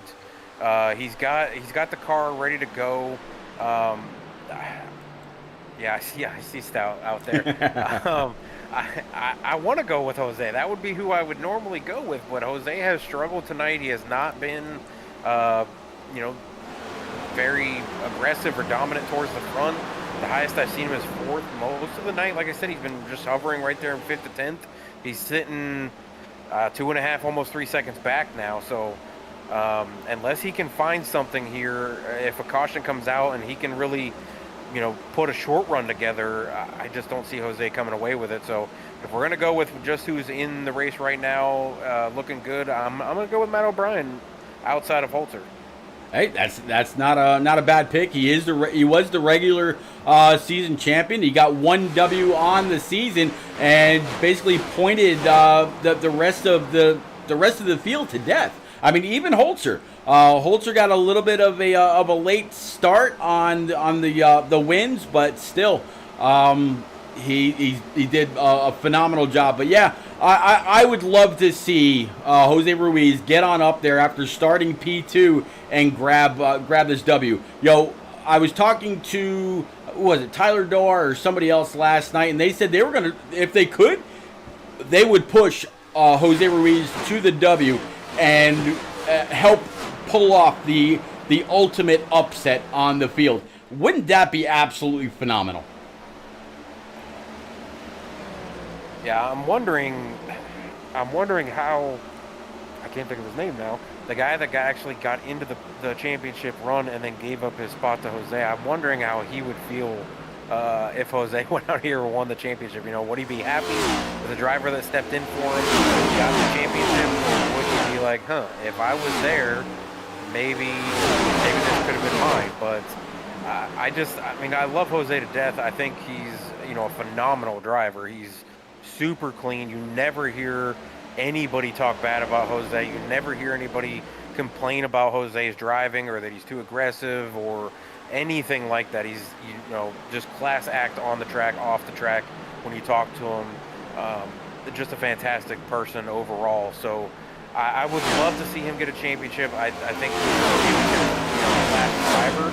I just don't know with what we've seen so far in this race if he can get up there and hang with Holzer. Holzer's just been super dominant. I mean, it's crazy the speed that Holzer has. That's why I said earlier his car needs to be taken apart and checked piece by piece for iRacing, because I mean it's just looks. I mean he's 2 cents faster than Brendan Book right now, and they're all on the same set of tires.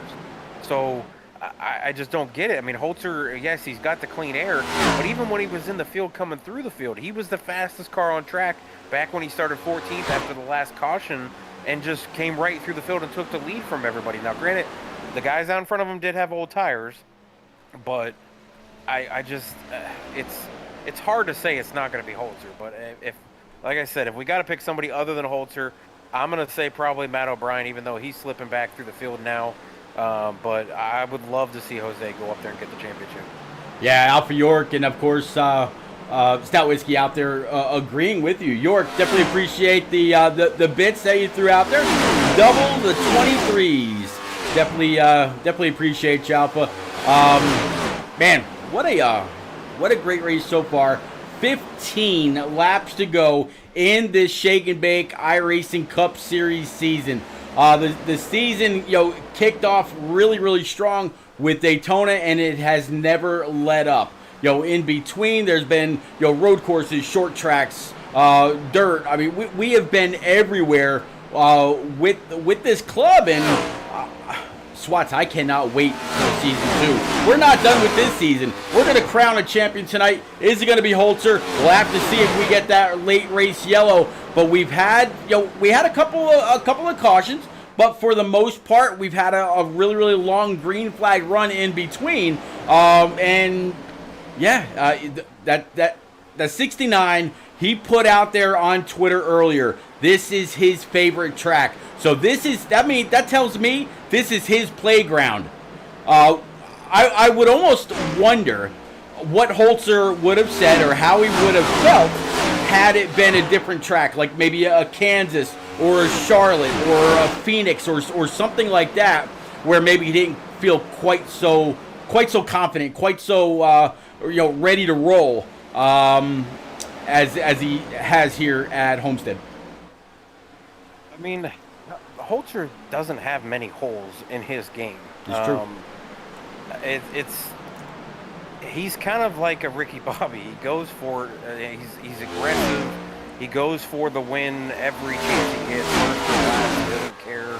I mean, 8 wins on the season, and he doesn't win the regular season championship. That tells you that several races in there he either missed or had a terrible night going for broke.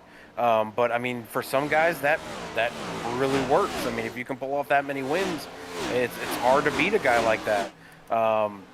And I mean, through these playoffs, he hasn't done, extremely well compared to what he did in the regular season with the amount of wins that he had, but he was still top notch. And then coming in tonight, I mean, him saying, this is his favorite track, that should have been a huge warning to the rest of the field, along with the fact that he hadn't won in a few races to where, he's due. He doesn't go many races without winning. So I feel like this was his race to lose. I know there's, this field is stacked. It's really hard to beat all of these guys all the time. Holter's done it most of the season. But I mean, it's hard to pick against the field when you have Holter in the field. It's hard to pick the field. But I mean, there are plenty of guys in this field that are for sure worthy and have the skill to get up here and win. I just think, as I've said for half this race, it's Holter's to lose. Yeah, I've got to agree. Mao and Mays and all the guys that are out there that have their watch party every single week through EMGG. They've been rooting these guys on every single week ever since they decided to go ahead and get involved in iRacing, or this side of esports as far as iRacing goes. And they include Frozen and this broadcast and their drivers in their monthly meetings. I mean, they have kind of a state of the org meeting every month, and Matt will come up or Mays will come up and they'll talk about this series and their drivers, where they are in standings, where they've ran recently, how things are going. So they're very much into this, and when they picked up on Holzer for as their driver, I mean, I think maybe they saw exactly what you just said. There are not too many holes in Holzer's style and his driving abilities when it comes to iRacing. I've been telling Holzer right along with Nick Vroman, if these guys decided to go for Road to Pro, let me know. I would help out in every possible way I can as that season goes on. I just want to be a part of it. I want to help out all I can. Both of those guys are very, very much deserving. Oh, absolutely. And I mean, Holzer and I didn't get off to the best start with knowing each other. I ran into Holzer. I mean, I knew him on console somewhat, but I mean, jumping onto iRacing, going into PSES and racing there, when they brought over some of the NNR guys, I came in, and Holzer and I had a few spouts back and forth where Holzer just was so aggressive, and I'm more of a conservative, lay back and wait and can save tires and try to work my way through the field later in the run. And Holzer was that aggressive guy that would go to the front and then just fend off the front, or drive away from the field. And I mean, he's done that tonight. He's out to a 3-second lead over second place with less than 6 laps to go now as we get to 5 to go. And I mean, he's kind of grown on me. He had some issues with blinking back in the day. That was also part of the issue why I didn't get along with him, because he was there and he wasn't there. And then we'd make contact, or he'd make a dive and I couldn't see him. But he got that fixed, and ever since then he's been on a roll everywhere he goes. He's a top contender in every league. And I mean, for those guys, Mao and those guys, to pick him as their driver, I mean, it's hard to say that wasn't a great decision. So it's paying off for him here as he's out front and about to claim a championship, as long as nothing happens here in the next 4 laps. Yeah, I don't see I don't see any reason, as we'll actually go on up with Holzer, take a look ahead of him, see exactly what he's seeing. No real issue as far as lap traffic. I don't foresee him catching the guy ahead, and then he's also got a little bit of a buffer behind if he should happen to catch that guy. Right now he's got a 3.5 second gap back to Tom Harmon in his Avril Camaro, running P number 2, Nate Mon P3, Matt O'Brien P4, and Brody Falliker right now P5. DeWalt, Pizzakemi, Book, Burgess, and Ruiz rounding out your top 10. Ruiz back there in P10. He was 5th in points. He was moved on up to run for a championship, and it was a great decision by all the admins when the 32 was going to be unable to make the race. He's very deserving, like you said. Never really causes much of an issue. I've watched many POV streams of Jose Ruiz, and he doesn't, complain a whole lot. He takes what happens sometimes with a grain of salt. Does he get upset? Absolutely. He's human. We all do. But yeah, this driver right here that we're still riding along with the roof cam up, talking about Holzer. 2 to go, coming to the white flag this time, Swats. This will be all James Holzer's season. Yeah, Pete, if you can go to the front view, exactly what you have right now from Thomas Harmon. I don't know if you remember back in the day on the console when Shad went to Auto Club, and I think you were broadcasting, and there was a point where you were on second place talking about that was the leader because he was that far out in front of the field that you didn't know that he was actually the leader. But if you look from Harmon's windshield, Holzer's gone. Yeah. You can barely see a dot out in front of Harmon. He's got almost the entire straightaway out in front of these guys. I mean, could you have more of a dominant run? I mean, he was out to a 10-second lead before the pit stops happened. Now he's out to over a 4-second lead over Harmon as we're coming off turn 4, Pete. Nope, that's it. Checker flag is out. EMGG has themselves a championship winning driver. James Holzer getting it done in Season 1 for the Shake and Bake iRacing Cup Series. Congratulations, Holzer. You've absolutely earned it. You go. Pete, I'd like to point out 3 of the playoff drivers competing for this championship tonight finished 1st, 2nd, and 3rd. Yeah, that's absolutely huge. Yeah, Holzer, Harmon, and Matt O'Brien. Huge run. Everybody, this goes to show the respect level that everybody has for Holzer. Coming on up, giving a little bit of a tap on the back bumper, saying, hey man, congratulations not only on this race, but great season all season long. Absolutely deserve it. He's got all kinds of respect around the, we'll just call it the Shake and Bake garage. And, even Rock NASCAR out there in chat, saying congrats, Holzer, on your win and becoming the Cup Series champ. Way to get that dub. Way to get that championship. Way to go, Jimmy. Yeah, there's a lot of guys giving respect to Holzer right now. They're coming up and giving him that love tap on the bumper and giving him a little bit of a donut on the side of the door. He's doing an extra lap to allow all these guys to come up and congratulate him. They're not really letting him go to the finish line yet. So I mean, it just shows, the competitors on track. You can race week in and week out. You can be really, really aggressive. You can hate a guy one week. You can love a guy the next week. But when it comes to the championship, you got to respect the guy that wins the championship. I mean, O'Brien pointed everybody to death. He got the one win. But I mean, you can't count what Holzer did as not great. I mean, 8 wins in the regular season, didn't win the regular season because, like I said before, he's that guy that goes all out, first or last. It does not matter. But that's a great guy to sponsor. So, congratulations on their group getting their driver to the championship. Absolutely, James Holzer right now burning it down. Couple extra donuts, no doubt, and absolutely, he's earned it. You can't say anything but just that. Let's see if he can actually light him up and carry it straight. Can he do it? A little bit of brake, a whole lot of throttle, trying to do his best.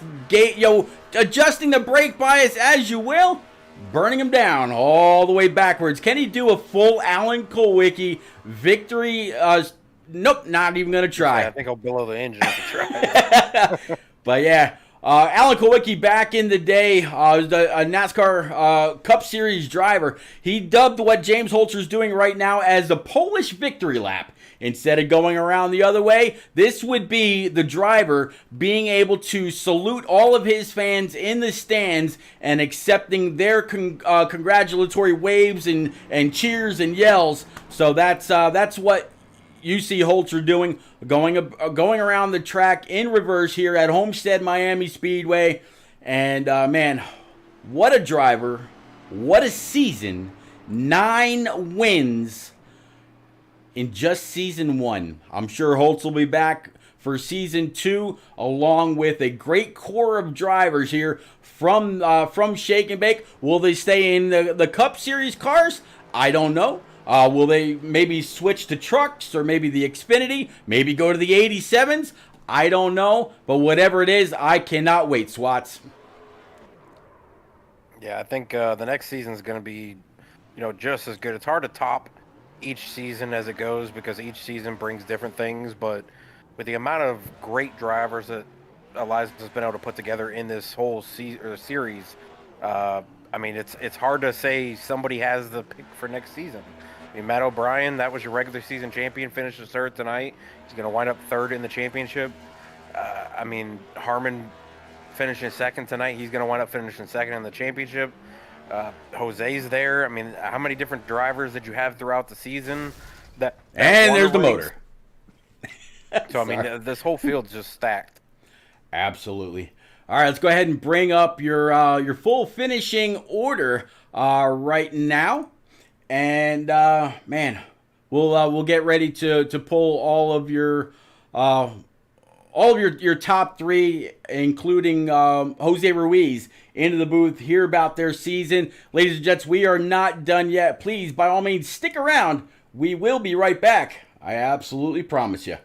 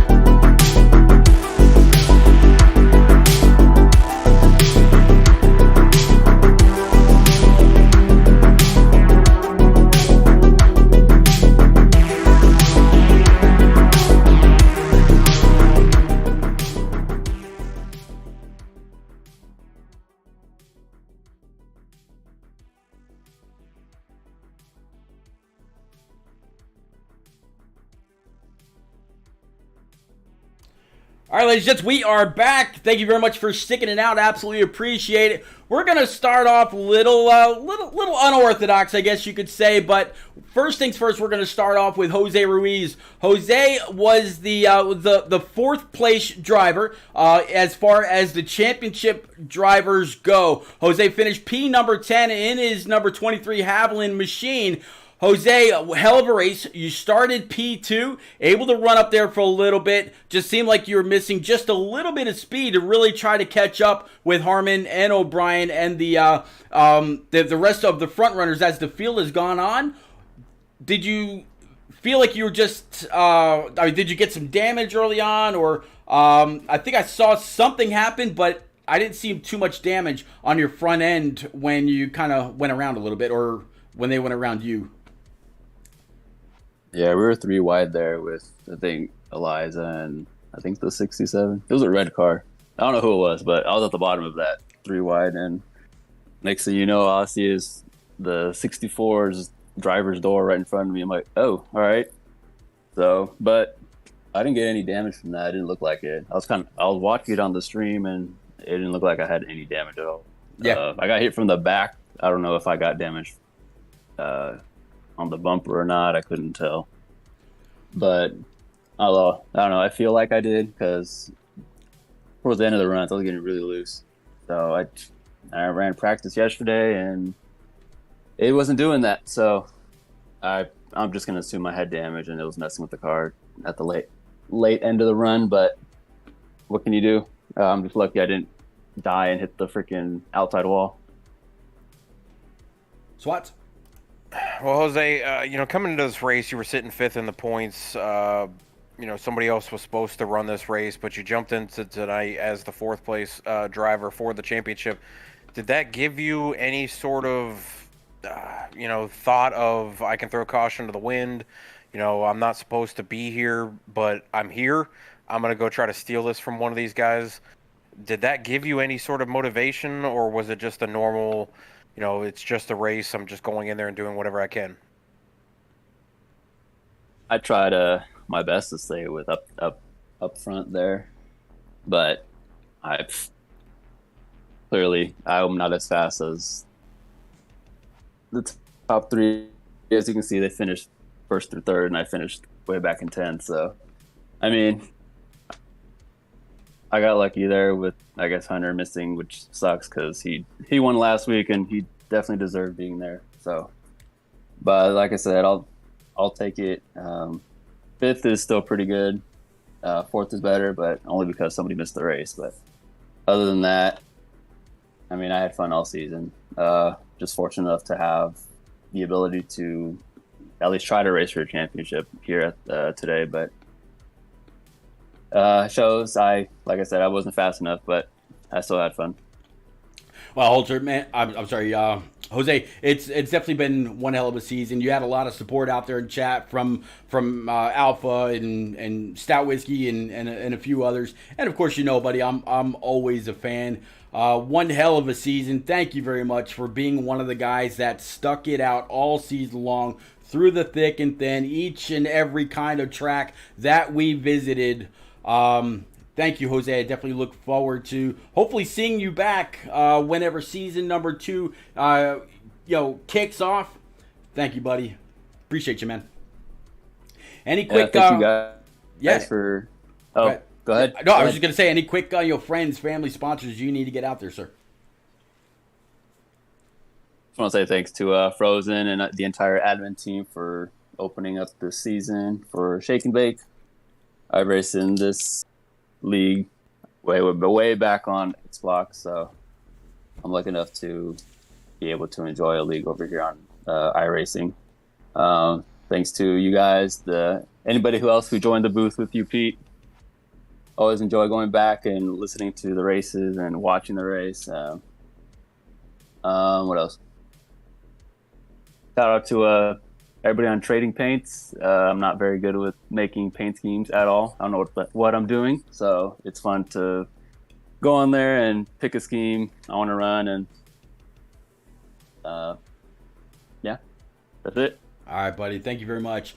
All right, we're going to move on to our top three, not only in the running order, but the way they'll settle the championship fight between them. Starting third, finishing third, going to be our regular season champ, Matt O'Brien, in that Cloud 9, number 20 Toyota Camry. Matt, you got a copy, sir? Yeah. Matt, it's been a fun season. We've talked to you during some downs where you really didn't sound like you really wanted to hear from me whatsoever. Like, Pete, leave me alone. You were down a little bit in the dumps. I tried to cheer you up. Well, here you are, finishing third behind Harmon and Holzer. One hell of a season for you, sir. Did you think when you started and fired the engine for the first time at Daytona that you'd be here fighting for a championship? It was possible. I've raced the. Oh, hang on. My throat's a little dry. Give me a second. Go ahead, bud. I've raced a lot of these guys and kind of knew where I stepped up, so I was confident in my ability to make the final four. But tonight kind of just wasn't meant to be, so this is how it goes sometimes. So. Maybe it's just the season. Seasons come and go. Maybe next season will be all you. Swats. Yeah, I mean, we were running third on that first long run, and then Micah got loose, and he was kind of coming back up the track, and basically you're just taking a guess on where he's going to end up, and I ended up ramming him at like 70 miles an hour faster than he was going, so right in the rear bumper, and I'm pretty lucky I didn't kill the car, and honestly didn't hurt it too bad. And then when I came in for my pit stop, a guy spun in front of me, and I had nowhere to go, and I had to spin out not to T-bone him either. So that last restart, I had to go from 16th to hope for the best, and drove as hard as I could, and got up to third. Just not enough time, I guess. Matt, with you three that finished third, second, and first here, we were kind of going through the field there, and we kind of said, who would you pick if we could exclude Holzer because of how fast he was tonight. And I was kind of going with you. I thought, you had worked your way through the field. You had a kind of a race of attrition with going through some incidents and things like that kind of slowed you up or, just put you in bad positions. I mean, you came through the field. You got your way up to third. If a caution had come out there with 5 to go, what would you have had for Harmon and Holzer if you guys would have lined up, stacked them up, and set them loose for 5 laps? Well,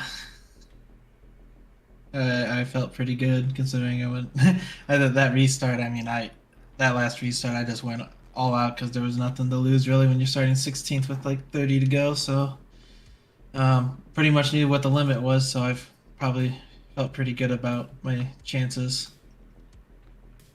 But this wasn't meant to be.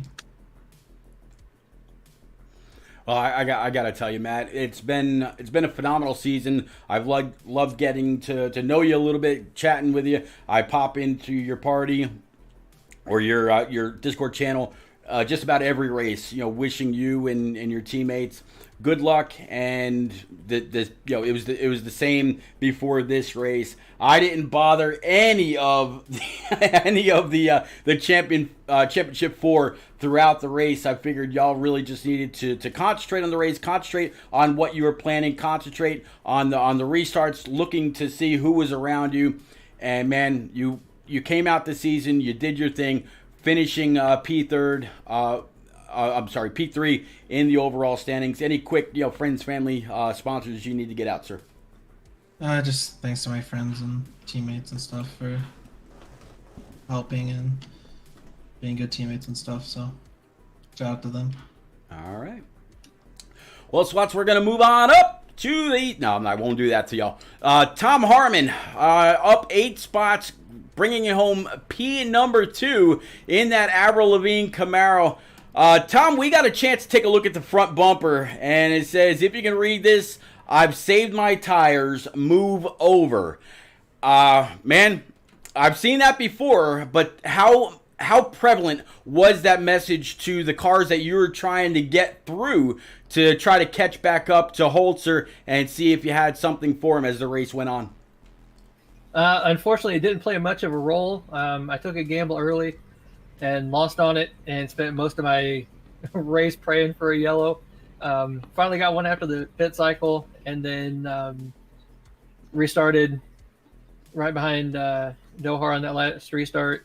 And once I lit the right rear up, I knew I was done. Swat? Well, Tom, I mean, you took the lead there, pretty quickly after that restart. Holter was behind you. I made a comment because there was a time where you and Holter were side by side.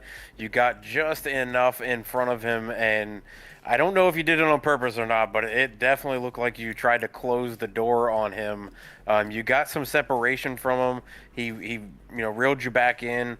And then it looked like you kind of gave him the inside, or maybe he was just close enough where you didn't want to, shove it down in there again.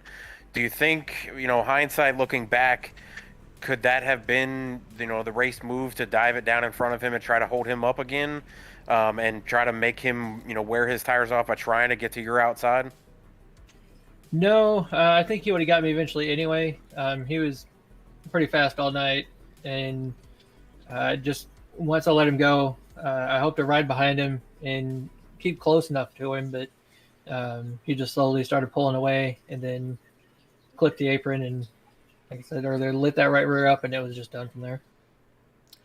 Mr. Harmon, like I just said to Matt, one hell of a season, sir. You put that Avril Lavigne, Camaro through many paces all season long, ultimately bringing it home P2 as far as the championship goes. What will we see you for season number 2, and what might you be rocking then? Oh, I'm sure it'll still be an Avril car, but we'll definitely change it up. And as long as I'm allowed back, yeah, I'll be here. All right, buddy. Congratulations. Of course, I'm a fan. Talk to you, Jungle Cat Wizard over on Twitter and around everywhere else. Any quick, friends, family, sponsors, it's all yours. Yep. Shout out to you up in the booth. Broadcasting it each week. All the fans that show up and read everybody on, drivers, admins, Eliza for putting on the league, and Avril on the car. There you go, Avril on the car. I gotta ask, Pete, Tom, is this like a thing for Avril, or are you just a fan? Or because I'm seeing the Discord image is Avril, I'm seeing the car is Avril. Like I'm kind of wondering here, like a relative, or you got a thing for her? Are you a stalker? Like, what is it? I don't know that I'd go stalker. But, no, I'm just a fan, and I mean, let's be real. She's attractive. Can't deny that. But yeah, I can't deny it. But. all of my cars, A car, B car, and truck, all have an Avril scheme. So, hey, there you go. If you got to have a vice, that's not a bad one to have. There you go. All right, Mr. Holzer, what can I say right now that has not been said all season long, except for maybe congratulations, sir. This Shake and Bake inaugural season championship belongs to you and that EMGG 69 Camaro that you've been rocking all season long. Where does this stack up for you, buddy? Oh man, this is a good one for sure. Championships are always exciting, and this league has some really good drivers in it. And there was a lot of drivers that earned poles, a lot of drivers that earned wins, lots of consistency throughout the year. I kind of joined one race late, but thankfully was still able to attend enough races to qualify for the playoffs. But yeah, definitely stacks up there against the best for sure. Swat. Well, Holzer, I gotta admit, you and I probably, I don't even know if you remember, but didn't get off to the best start when I first met you over at PSES. You and I got into a couple tangles there.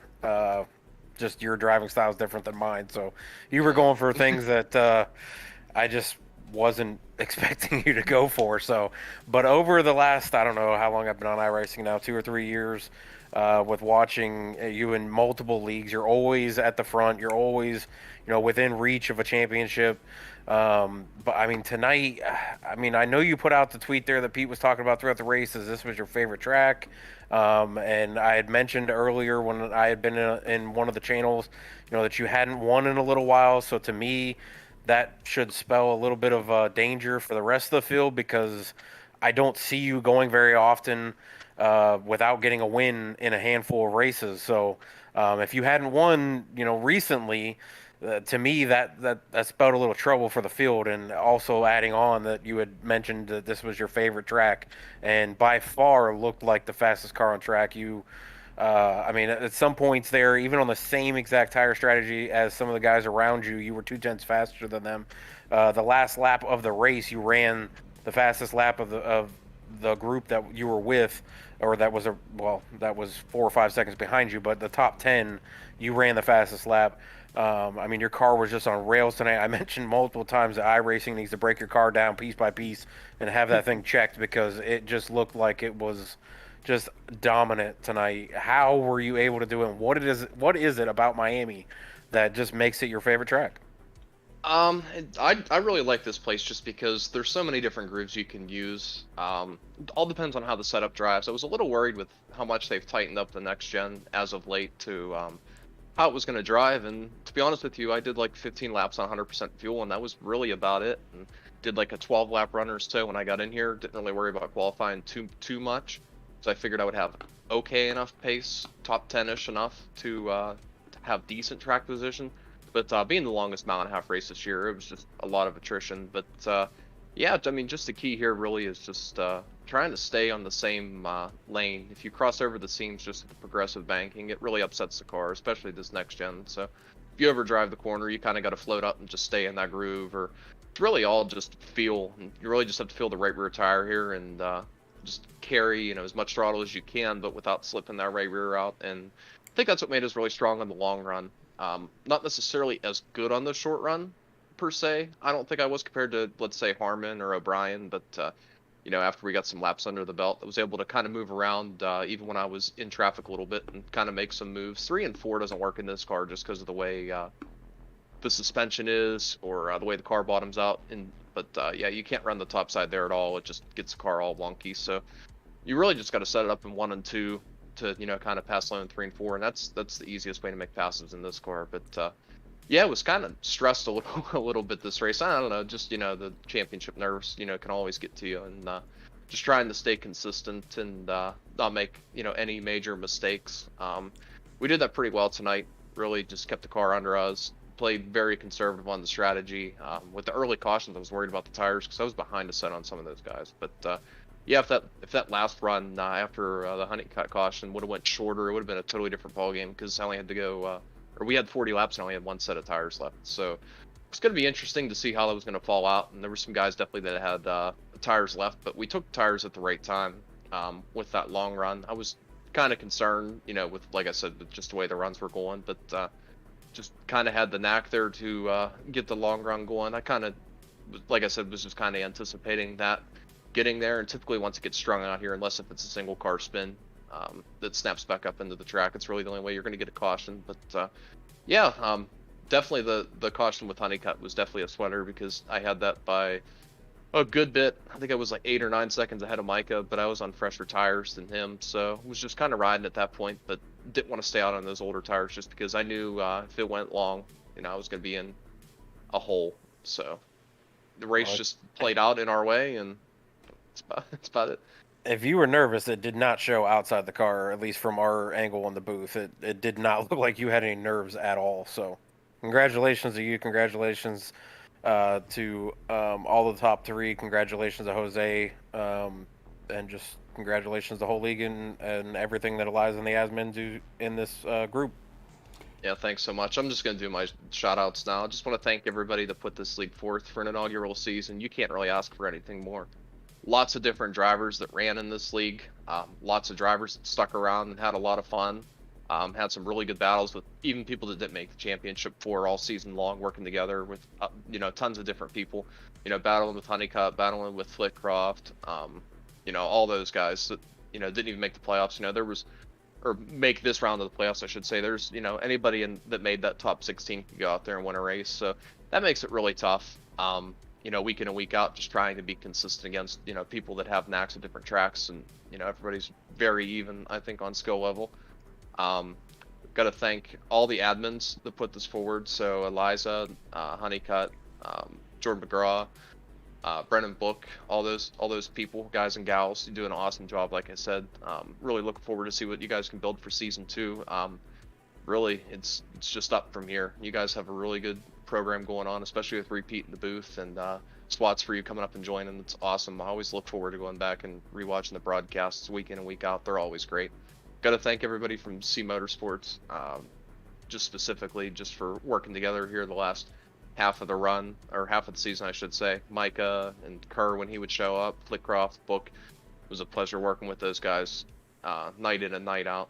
Got to thank everybody on the car from EMGG for supporting. I can't wait to get back and watch the hype from that, because I'm sure they were very excited when everything was going on. And thanks to Crooks too for running. I know he didn't have the finish the season that he wanted, but he had some really good speed shown in the midseason and showed a lot of promise going towards the finish. And yeah, that's really about it. Just thanks everybody once again. It's been awesome. I've had a pleasure running here this season. Didn't even know if I was going to get to run. I was really eager to run with this group again. So thank you to Eliza and all the admins who permitted me to come back, and glad I could show you guys that I can race around you guys and be clean and respectful and have a good time, because I had a blast.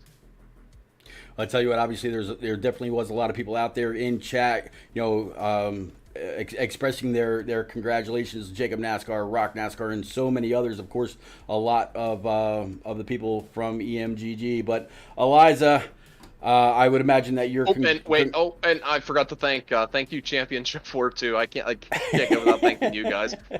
I know the race didn't go exactly how everybody wanted, but you guys gave it a heck of a show. O'Brien, heck of a rebound. Way to get back to P3 after being in the hole. That just shows you, what you've done all year. You've had consistent top 10s, and you really put it on there to come back at the end. I know you kind of needed caution to get back in it, but heck of a recovery. And Harmon, heck of a run there on that short run. You gave me my money. I really thought once you got the clean air, you were going to pull away, because I know how good you are in these 1.5 miles. But yeah, good run there. And Jose, congrats on making it in. Heck of a qualifying run. Way to stay up there, and even on the older tires, staying out, you're still able to stay like 7th, 6th on pace. So that's awesome.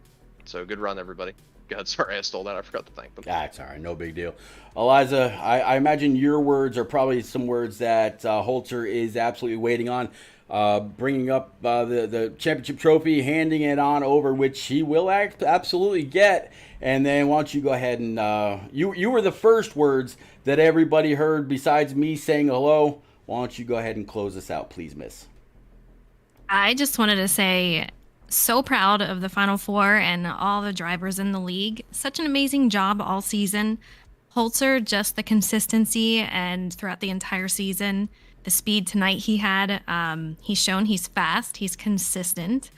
So he took it home tonight, and he's going to bring home the championship and a trophy to boot. So you can't beat that. And the other 3 drivers, we have Jose, we have O'Brien, and Harmon. An amazing job. Hopefully they're not hanging their head down, because they did awesome. So it's great. It was fun being out there watching it all unfold for these guys. But I wanted to say also thank you to our sponsors, Rockstrap, IT Defenses, AE Ons, the Swag.biz, the Sim Racing Channel, you, Pete, and we have SWATs in here tonight. So it's just awesome to have everyone out there. And of course the admins. It's an amazing season. It's been a long season. You don't realize it, except for when you're looking back, so many different races and everything that happened throughout the season. It's been a blast, and I definitely can't wait for season 2. There we go. All right, everybody. Thank you one more time for coming out week in and week out.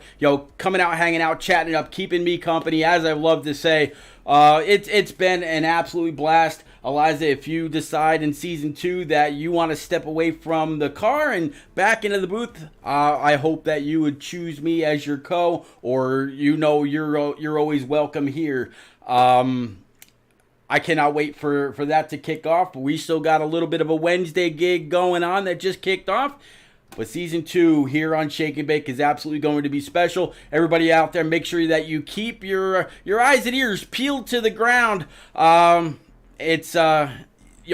eye on Facebook, on Twitter, on Twitch. Keep up with Eliza's streams that she does between here and Heat and all that. More information is certainly to come in the future. Hope to see y'all then. Thanks once again for making it a great season, and y'all take care.